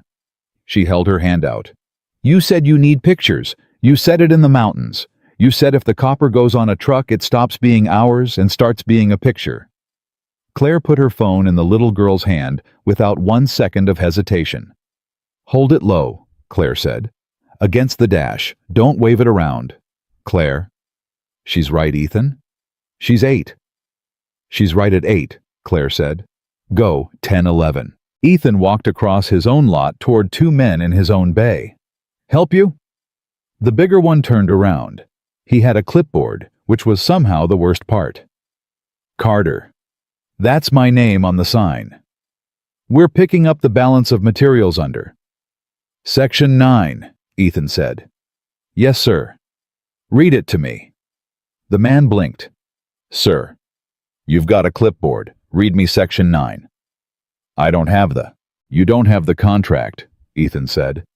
"You've got a work order that somebody printed at 7 this morning, and it's got a number on it that you were told to say. Am I wrong?" Nobody answered. "What's your name?" "Sir, I'm not being smart with you. I've been where you're standing. What's your name?" "Wes." "Wes, you work for Halstead or you work for Doyle?" Wes hesitated exactly 1 second too long. "Halstead," he said, and Ethan Carter, standing in his own bay with no lawyer and no money, and about 9 hours of sleep across 2 days, felt something in his chest go very calm. "Halstead Brothers, out of Ridgeway," he said. "Mobilized Wednesday." Wes went a shade grayer. "That's what I thought," Ethan said. "Wes, go sit in your truck." "Mr. Carter, I'm not going to touch you. I'm not going to touch your truck. You're going to go sit in it, and you're going to call whoever gave you that piece of paper, and you're going to tell him that Carter came back early." He stepped aside. "And Wes, when you tell him, use those words, came back early. He'll understand it." They went. They actually went. Ethan stood in his empty bay for a second, and then went for the clipboard by the parts bin, and his hands were shaking so hard he dropped it twice. 10:24. Claire came in fast with Maddie right behind her. "I told you to." "You are welcome," Claire said. "For the 90-second video of 2 men loading your property with the tailgate number visible for 11 seconds, taken by a minor who will never have to testify because you will never need her to, because that video is going to make a lawyer's entire year." Claire. "Delivery ticket. Where?" "Clipboard. And it's gone." Silence. "It's gone. Second sheet's torn out." Ethan turned the clipboard around. "Somebody took the yellow copy. Then it's Danny." "It's not Danny." "Ethan?" "It is not Danny," Ethan said. "That kid drove here on a Saturday because a truck showed up. He called me from the parking lot, and he cried Claire, 23 years old, and he cried on the phone to me because he thought he'd let me down." "Then who?" And Ethan's phone rang. 10:27. "That's him," he said. "Danny? Danny." He put it on speaker and set it on the workbench. "Dan." Ethan, is that you at the shop West just called Halstead's yard from your lot? My cousin works dispatch. Slow down. Ethan, listen to me. I did something. The kid's voice was going about 100 miles an hour. Saturday, when they came, I gave them the yellow copy because they asked for it, and I didn't know. I thought it was a transfer. They had paperwork, and I'm 23 and I didn't. Danny, I gave them the yellow copy, man. Claire closed her eyes. But I took a picture of it first, Danny said. 10:29 in the morning. Nobody in that bay said anything for 2 full seconds. Say that again, Ethan said. I took a picture of it, Danny said. Both sides. And the guy's driver's license, because you always say, get the license when somebody signs for material. You say it every single time, and I've heard you say it about 400 times, and I hated it. And Saturday I stood there and I heard your voice in my head, and I took a picture of his license, Ethan. Claire put both hands flat on the workbench and leaned on them. Danny, Ethan said, am I fired? Danny, are you at home? Yeah. Send it to Claire Bennett's number. I'm going to text it to you right now. Send it in the next 4 minutes. Who's Claire Bennett? Ethan looked across the bay at her. She's the one reading Section 9, he said. 10:41. Claire sat on an upturned bucket in the middle of the shop with the contract in her lap and a pen behind her ear and did not speak for 11 minutes. Maddie sat on the bucket next to her, absolutely silent, watching a grown woman work the way some kids watch television. What's she doing? Reading. It's taking a long time. That's how you know it's being done right, Claire said without looking up. At 10:53, she said one word. Oh. Ethan came off the wall. Oh, what? Section 9, Claire said, is a service window. You were right. 4-line scheduling does not contain the word material. She turned the page around. Section 14 does. What? 14. Subsection C. Materials procured on contractor credit against a canceled scope revert to the client at cost, and the phrase they use is at documented cost. She looked up. Ethan listened to the words. At documented cost, not at value. At the cost you can document. So he owes me $4,000. He owes you $4,000 if you can produce the invoice and the delivery ticket, Claire said. And if you can't, the clause says the reversion is deemed accepted at the client's stated valuation. Which he sets. And which he was going to set at 0, Claire said, which is why a man drove out here on a Sunday morning to pick up a yellow piece of paper that was already in his glove box. 10:57. He came back for the ticket, Ethan said. He came back for the ticket. Not the copper. The copper was already gone, Ethan. He came back for the paper. Claire's hands were shaking again. Which means he knows the clause only works if the documentation disappears. Which means he has done exactly this 4 times, and he knows precisely which sheet of paper to steal. And Danny took a picture of it. Ethan sat down on an oil drum because his legs had opinions. 23 years old, he said. You trained him. I trained him by being annoying about licenses. That's how everybody trains everybody, Claire said. Nobody's ever been trained by a nice speech. 11:12. Claire's phone buzzed twice. That's Danny, she said. Both sides. It's clean. You can read the signature. Ethan, you can read the license number. She turned it around. Ethan looked at the photograph of a piece of paper for a long time. Okay, he said. Now what? Now nothing. Claire, I mean it. Now nothing today. Today you eat something, and that child sleeps in her own bed, and tomorrow at 8 o'clock in the morning, you make one phone call. To a lawyer I can't pay. To Ellen Kessler, Claire said. 11:14. Marty's daughter, who was a paralegal in Danville, who I have not spoken to in 4 years, because I quit that office in the middle of the worst year of her family's life, and never called her once. Claire's voice was tight. And who is not bound by one single word of her father's non-disclosure because her father signed it. She didn't. Ethan stood up. Claire, I know. I know what it is. Marty's dead, isn't he? Ethan said. 2 years in March. Claire. He was 61 when it started, and 65 when it ended, and he had a stroke 11 weeks after the last check cleared, Claire said. And I typed the letters. 11:16 in the morning, and Ethan Carter walked across his own shop and stood in front of a woman on a bucket. Then don't call her, he said. Claire looked up. What? Don't call her for me. He crouched down so they were level. Claire, if you call that woman today because you think it'll fix my $4,000, then it's a favor, and you'll spend the rest of your life feeling like you used a dead man's kid.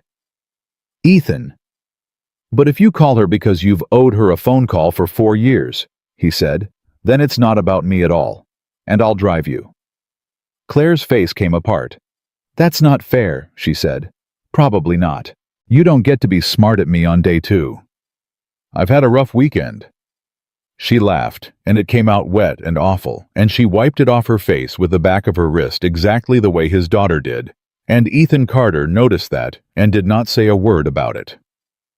I'll call her, Claire said. Tomorrow, because I owe her. Okay. And if it helps you, that's a coincidence. That's an enormous coincidence. Shut up, Claire said. They got to Chestnut Row at 11:51 on Sunday morning, and Dot Whitaker was on her porch, and Ethan swore later she had not moved in 30 hours. You're back early. Yes, ma'am. 2 nights, you said. Something came up. Dot looked at the truck. She looked at Claire getting out of the passenger side. She looked at the duffel. Ethan Carter, she said. Dot. Vernon Doyle called my house. Everybody stopped. 11:53. He what? Friday afternoon, Dot said. Asked me about the neighborhood, real friendly. Asked whether folks around here had been talking about the county road plan. She sniffed. Asked me whether I'd ever thought about what a corner lot goes for these days. Ethan looked at Claire. Claire looked like somebody had turned a light on. Dot? Claire said. Did he ask about anybody else's property? He asked about the Hendersons. And the empty lot behind the Baptist church, and he asked twice about Ethan's shop. Dot folded her arms. I told him I didn't know a thing, which is the first lie I've told since Easter. Claire turned around in the middle of the street. Ethan? I know. He's assembling. I know. He is not taking your shop because he wants your shop. He is taking your shop because it is one parcel in a line, and if he doesn't get it, the whole thing doesn't work. She was talking with her hands now. That's why 62. That's why Sunday morning. That's why a man with 6 lawyers is personally driving the copper. He's not squeezing you because you're small. He's squeezing you because you're in the way, and there is a clock on it. 12:01 in the afternoon. Ethan Carter stood in the middle of Chestnut Row and started for the first time in 4 days to smile. Then he needs me, he said. He needs you badly. He needs me more than I need him. Ethan, he needs you so badly that he offered a number before you even knew you were being robbed, Claire said. And I have been trying to tell you that since 8 o'clock this morning. Dot Whitaker looked between the two of them. Are you two going to do something about that man? Dot? Ethan said, I think we might be. Good. Dot said. He called my house on a Friday, and he called me sweetheart. At 12:15, Ethan Carter carried a cooler and a tent and 4 flashlights into his own garage. At 12:20, his daughter fell asleep on the living room couch in her jacket, with her shoes still on at midday, in a house with the television off. At 12:31, Claire stood in the front hall with her duffel over her shoulder. I'm going to go home. Okay. It's 40 feet. I'm aware of the distance. I've walked it 4,000 times. Claire. What? Ethan stood there and did the hardest thing he had done in 3 years, which was not fixing anything. Come for dinner, he said. Claire went still. Tonight? Tonight. Ethan, we've been together for 31 hours straight. Yeah. You're sick of me. I'm not. You will be. Claire, I have eaten dinner standing at a counter every night for 3 years, Ethan said. You told me at the gas station that you do the same thing. 2 people doing that 40 feet apart is the dumbest thing I've ever heard in my life, and I've heard Dot Whitaker's opinions on the mayor. Claire's mouth twitched. What time? 6. I'll bring something. Bring the marshmallows. There's 4 left. Then bring 4.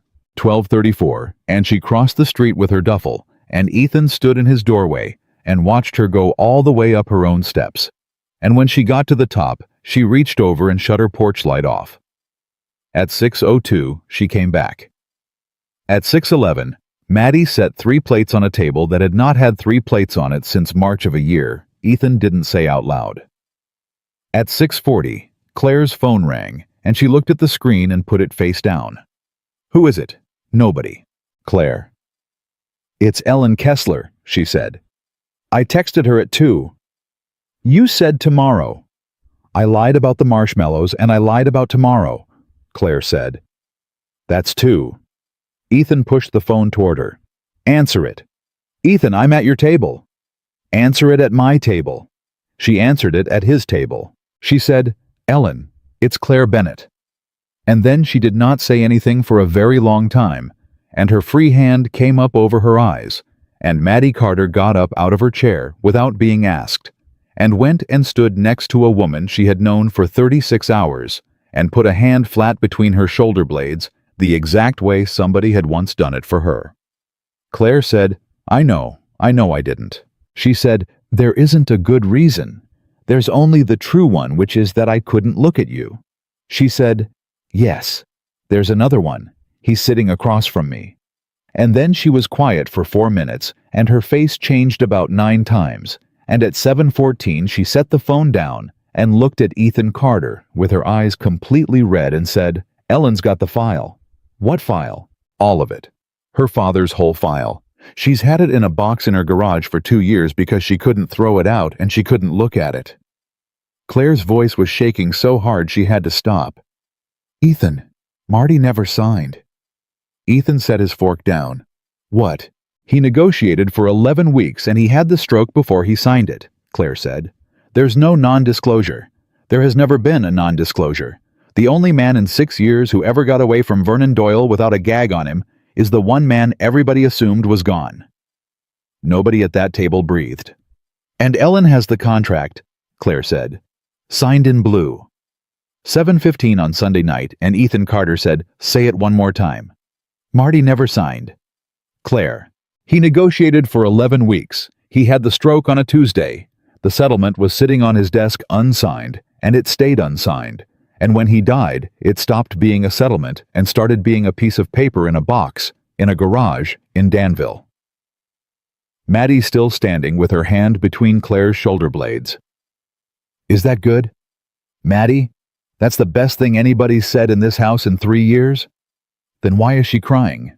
Because good things are heavy, Claire said, and wiped her face and laughed at herself doing it. Ethan got up and started clearing plates because his hands needed a job. What time can we be there tomorrow? Ellen works at 8. She said come at 7. 7 in the morning. She's got a 2-year-old and a job, and she has been carrying her father's box for 2 years, Claire said. 7 is generous. Then we leave at 5:40. Ethan set the plates down. Claire, I have said the word we about 4 times today, and every one of them stuck in my throat, he said. Let me have this one without a hearing. 7:31, and Claire Bennett put both hands flat on the table and said, okay. They left at 5:38 in the morning because Ethan could not sit in the house anymore. Maddie came in her jacket with a book she did not open once. Dad? Yeah. Is this the helping? This is the helping. Okay, good. They got to Danville at 6:52, and Ellen Kessler was standing in her own driveway in scrubs with a cardboard file box already at her feet, and she was not a soft-looking woman, and she did not smile. Claire. Ellen? 4 years. I know. You didn't call. I know. Ellen Kessler looked at her for about 6 seconds. He asked about you, she said. In the hospital. He couldn't say much by then. He got out 3 words, and one of them was Claire. Claire's hand went to her mouth. He said, "Tell Claire it wasn't." It wasn't what? That's all he got, Ellen said. Tell Claire it wasn't. I've had 2 years to figure out how that sentence ends, and I've got 11 versions. Ellen, I typed the layoffs. You typed 19 letters, and you drove out to 4 of those houses yourself and told them in person before the mail got there, Ellen said. You think I didn't know that 2 of them came to the funeral because of it? 7:01 in the morning, and Claire Bennett sat down on a stranger's driveway curb in her work clothes and cried in front of 3 people. Maddie got out of the truck without asking anybody and sat down next to her. That's my dad's neighbor, she told Ellen. Is that right? She's more than that now, Maddie said, but it's the fastest way to explain it. Ellen Kessler laughed for the first time in the conversation. At 7:14, they got the lid off the box on the tailgate. Contract, Ellen said. Blue ink. That's Dad's hand, and that's Doyle's. Section 14, Claire said, already flipping. Subsection C, Ellen said. You don't have to look for it. It's got a coffee ring on it because he read it about 1,000 times. Claire read it and went the color of paper. Ethan. What? It's word for word. Word for word with mine. Comma for comma, Claire said. Same clause, same phrase at documented cost, and it is 11 years older than your contract. So it's a template. It's a template, Claire said. He has been using the same trap since before your daughter was born. Ethan put both hands on the tailgate. What else is in there? He said. Everything, Ellen said. Dad kept everything. He was a hoarder in a way that made my mother insane, and I have never in my life been so grateful for a personality defect. 7:22, and Claire pulled out a manila folder and stopped moving. Oh, you're kidding. What? Ethan, come here. What is it? Halstead Brothers, Claire said. Ridgway, 19-4 in the corporate filings, and the registered agent for Halstead Brothers is a woman named Lorraine Doyle. Nobody said anything. His wife, Ethan said. His sister, Ellen said. Lorraine Doyle Halstead. She's on the church board with my mother. 7:24 in the morning. So when Vernon Doyle cancels a contract, Ethan said slowly, and takes the material, he moves it to his own sister's company, Claire said. Which he did to Marty Kessler 11 years ago and did to you on Saturday, and Ethan, that is not a contract dispute anymore. That's not even fraud in a nice suit. That's self-dealing with a paper trail, and he has been doing it in a valley where everybody assumes the little guy just went out of business, because the little guy always goes out of business. Ellen Kessler put her hand on the box. Take it, she said. Ellen, take the whole thing. I want it out of my garage. Her jaw was tight. I have looked at that box every morning for 2 years while I get in my car, and if it's going to sit somewhere, it can sit somewhere useful. Ellen, if this goes where I think it goes, you're going to have to say all this out loud to people. Good, Ellen Kessler said. They were back on Route 9 at 8:41, and Ethan's phone rang at 8:43. Doyle? Don't. Claire, I'm going to answer it. Ethan, not to fight. He pulled over anyway because he had learned something about himself in 2 days. To listen. There's a difference, and I only figured it out yesterday. He answered. Vernon. Claire watched him listen for 90 seconds without saying one word, which was, she thought, the single most impressive thing she had seen him do. Uh-huh, Ethan said. 71. Claire's head came up. That's 9,000 more than yesterday, Ethan said. Yesterday, it was 62. Yesterday, it was 62 and a favor. He listened. No, I understand. Prices move. He listened again. Vernon, can I ask you a question? When's the county vote? Silence on the line long enough that Claire could hear it from the passenger seat. That's what I thought, Ethan said. Thursday, Thursday at 7. He hung up. 8:47 in the morning. Thursday, Claire said. Thursday at 7. Ethan, that's 3 days. That's 3 days. He raised it $9,000 overnight. He raised it $9,000 overnight, Ethan said, which means the man is not comfortable, and I have never once in my life had a rich man be uncomfortable at me. Maddie from the middle seat. Dad, you're smiling weird. I know. It's a little scary. I know that too, Mads. They spent Monday night at Ethan's kitchen table with the box open and every light in the house on. 9:12. Claire found the Coleman HVAC file. Ethan, tell me. Dad's notes. Marty's notes. She held the sheet at arm's length. He was already collecting. 11 years ago, he had the framer's name. He had a note about the tile man. He had 3 phone numbers and the words "same clause" underlined twice. He was building it. He was building it, Claire said. And then he ran out of time and everybody assumed the file died with him.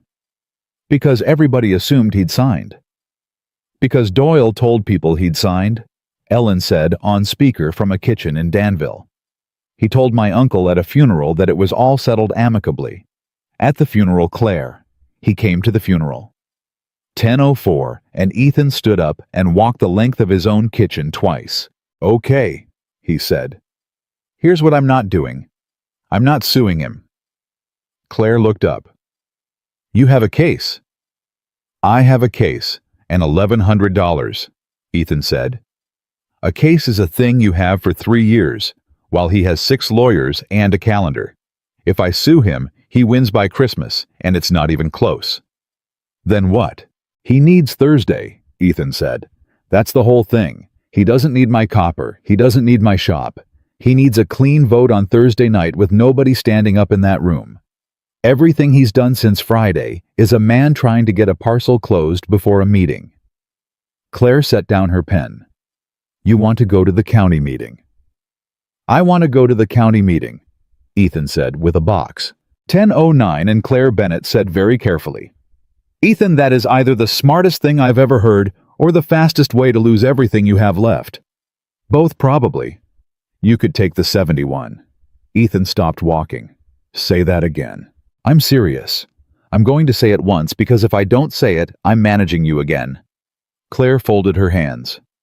$71,000 is a mortgage cleared and 2 years of breathing room and a college fund for a girl who is asleep upstairs. That is a real thing. That is not a coward's number. And if you take it, I will never once look at you differently. Ethan Carter sat down across from her. I know, he said. That's the part that scares me. Then think about it. Claire, I have thought about nothing else since a man in a lawn chair told me about a truck full of copper. He rubbed his face. There were 4 before me. Marty Kessler read this same clause with a coffee cup in his hand, and he died before he could tell anybody. And the only reason I'm sitting here with his box is that his daughter couldn't throw it out, and you couldn't stop calling people after I told you to. That's not an argument. No, Ethan said. It's the reason. 10:21 on Monday night. Then we've got 70 hours, Claire said. Tuesday they worked. 7 in the morning, Claire called Reyes back, and this time she did not ask him to break a thing. Mr. Reyes, I need you to listen and then hang up on me if you want to. Marty Kessler never signed. There's no gag on his file. His daughter has it, and it names your job, and the clause in your contract is the same clause. Pause. No, sir, I'm not asking you to speak. I'm telling you there's a county meeting Thursday at 7, and there will be a chair in that room whether you sit in it or not. She hung up. Well, he said no. Okay. He said no in a voice I've heard before, Claire said. That's a Thursday no. That's a no. That's going to think about it for 2 days. 9:40.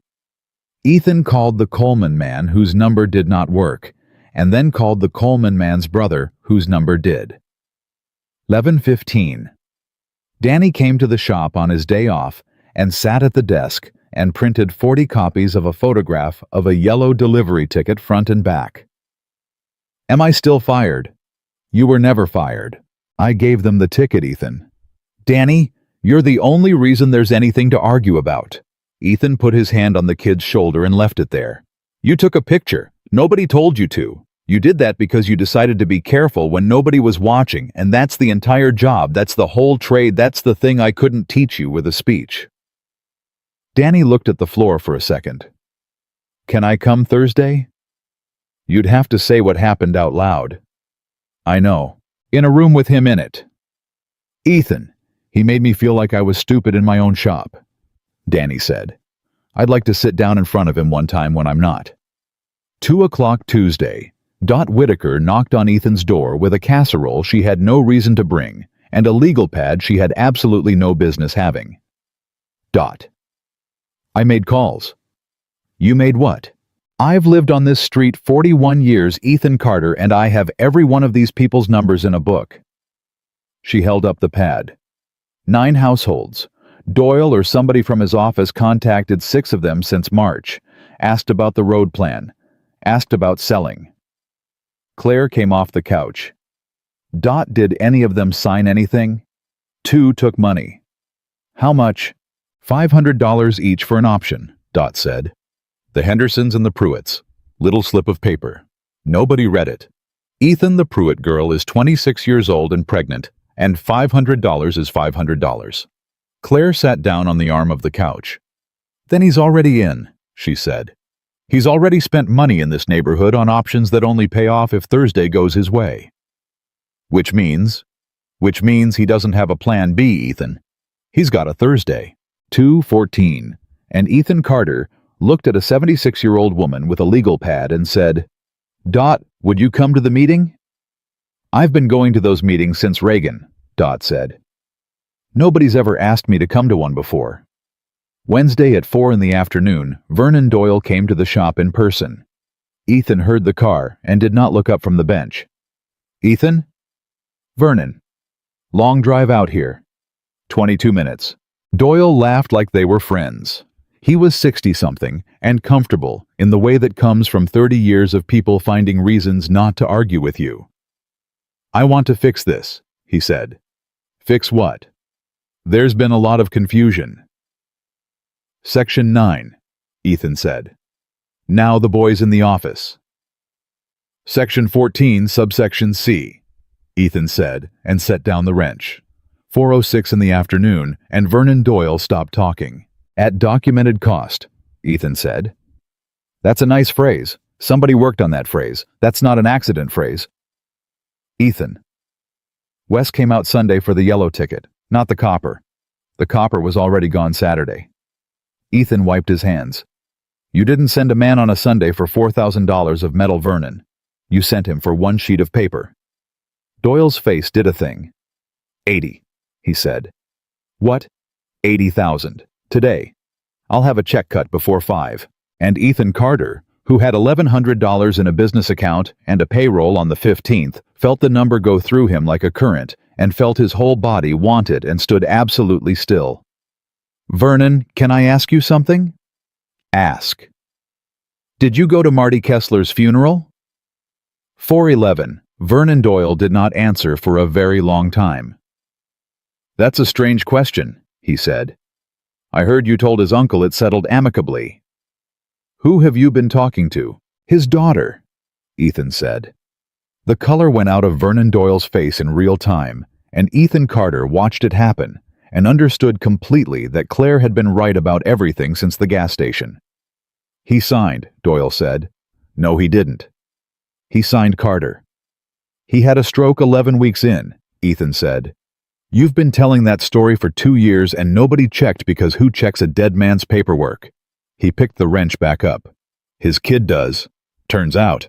Doyle stood in the bay a second longer. 90, he said. Get off my lot, Vernon. $90,000, and you and I both know. Get off my lot, Ethan said. And I want you to notice that I said it calm because Claire told me you'd want me to yell. 4:14 on Wednesday afternoon, and Vernon Doyle got in his car and left, and Ethan Carter sat down on an oil drum and shook for a solid 4 minutes. He called her from the shop. He came. How much? 90. Silence. Claire. I'm here. Say something. Ethan, I'm doing arithmetic, she said, and her voice broke in the middle of it. And I'm doing it fast so I don't do the other thing. What's the other thing? The other thing is, I'm standing in my kitchen, and I'm so proud of you, I can't see straight. And that is a completely inappropriate thing for a woman to feel about a neighbor she's known 4 days. 4:22 in the afternoon. Claire, don't. Come over. Ethan, come over, he said, and bring the box, and let's find out whether $90,000 was the smartest thing I ever turned down, or the dumbest. Thursday, 6:40 in the evening, the county room was about 3/4 full, which Dot Whitaker said was the biggest crowd since the water rates. Ethan carried the box in himself. 6:44, Danny came in wearing a shirt with a collar, which he had clearly bought that afternoon. 6:47. Ellen Kessler came in with a 2-year-old on her hip and her father's coffee-ringed contract in a folder. 6:51, Dot Whitaker came in with 9 households. 6:58, the doors opened one more time and a man in his 60s with a bad knee came in and stood at the back and did not sit down. Claire got up so fast she knocked her chair. Mr. Reyes. Ma'am? You came. I signed a paper 11 years ago, Reyes said. I've been quiet about it for 11 years and I want you to know something. It never once felt like being quiet. It felt like being buried. He looked at the folding chair. Am I allowed to sit down? Sit down, Claire said. Sit down, sit down. 7 o'clock. Vernon Doyle sat in the second row with 2 men in suits and did not turn around once. The rezoning item came up at 7:31. Public comment opened at 7:39, and Ethan Carter, who had not slept properly since Friday, stood up in a room with 90 people in it and walked to a microphone he had never in his life expected to touch. My name is Ethan Carter. I run a repair shop on Route 9. 7:40. I'm not here about zoning, he said. I don't know anything about zoning. I'm here because 4 days ago, a man took $4,000 of copper out of my shop under a clause in a contract, and then he came back the next morning for the piece of paper that proved I ever owned it. The room got quiet in a specific way. I thought I was the only one, Ethan said. That's the part I want you to hear.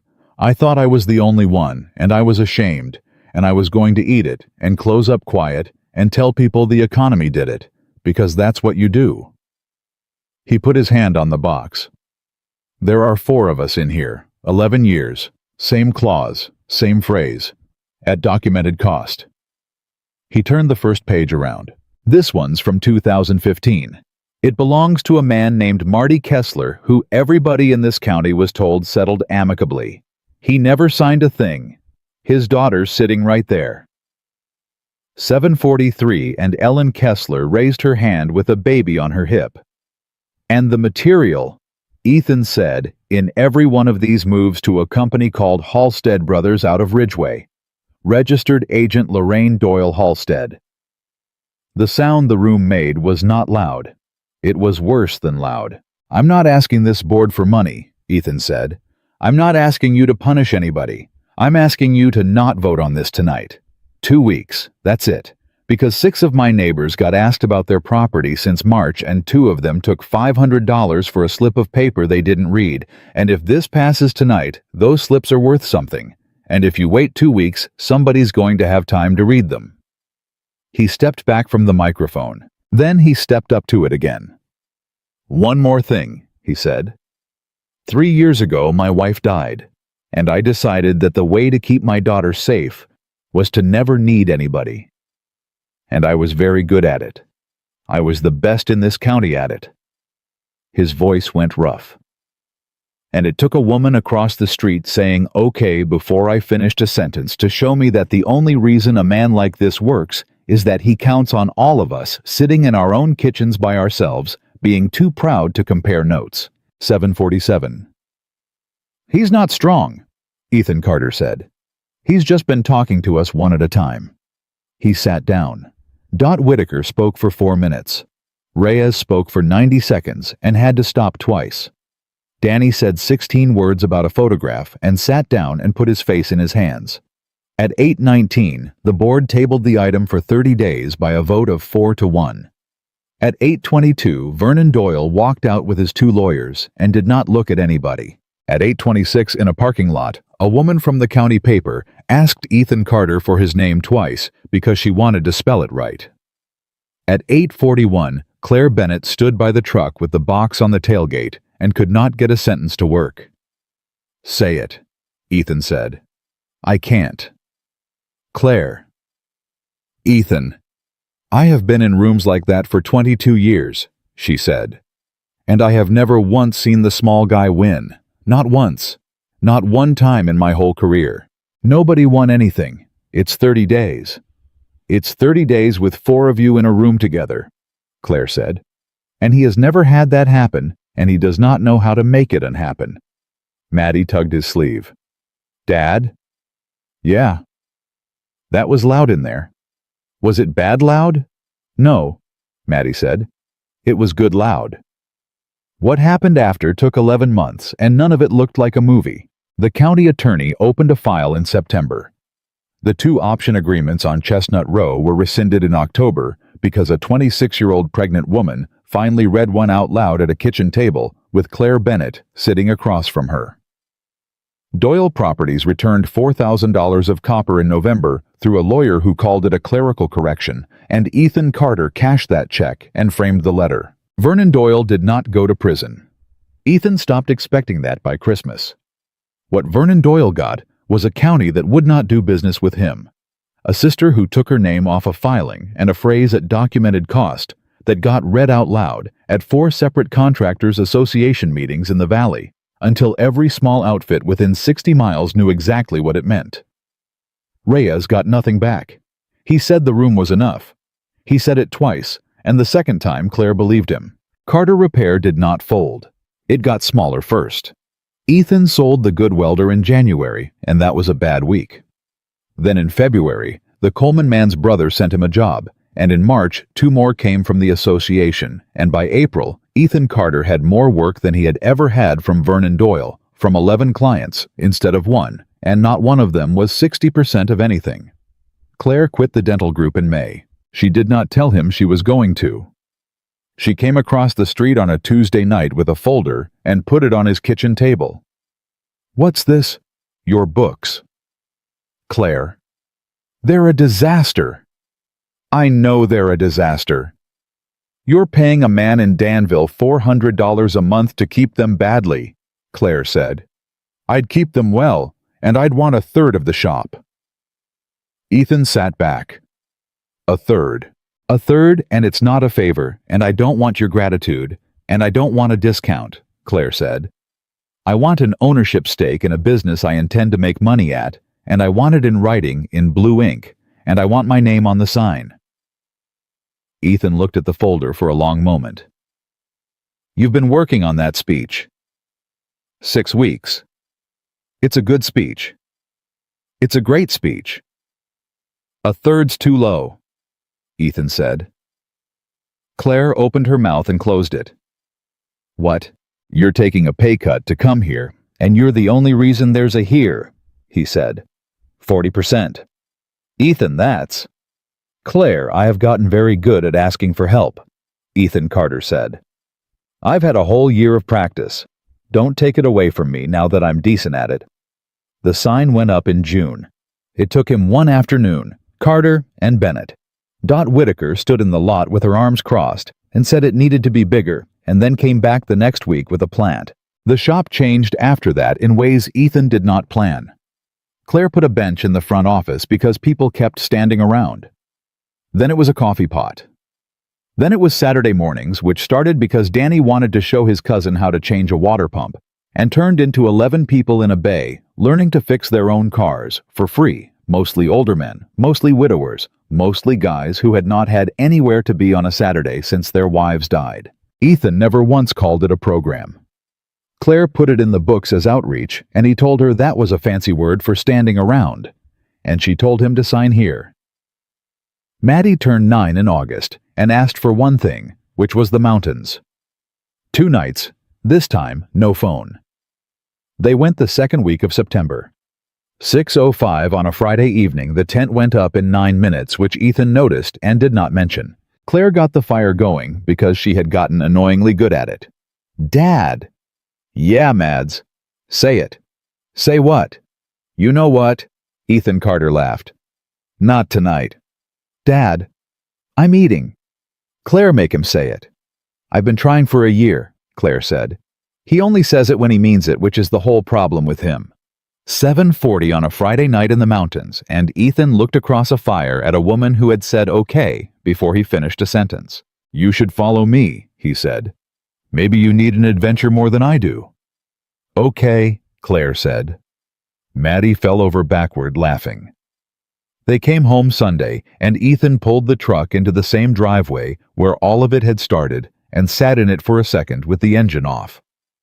14 months earlier, he had stood on that concrete counting flashlights, terrified of 2 days alone with his own child, and had made a joke because a joke was the only door he knew how to open. He got out. He got the cooler. Maddie got her own bag because she was 9 now and had opinions about it. Claire took the tent poles, and she did not ask, and he did not stop her, and that was the whole distance he had traveled. Across the street, her porch light was off, and it had been off for over a year. And every single evening, somebody walked up those steps and knocked on the door. Ethan Carter had spent 3 years believing that being a strong man meant standing alone, and he had been wrong about it every single day, and the proof was standing in his driveway with an armload of tent poles. He had said, "Follow me," as a joke. She had said, "Okay," and she had meant it, and that one word had rebuilt his entire life.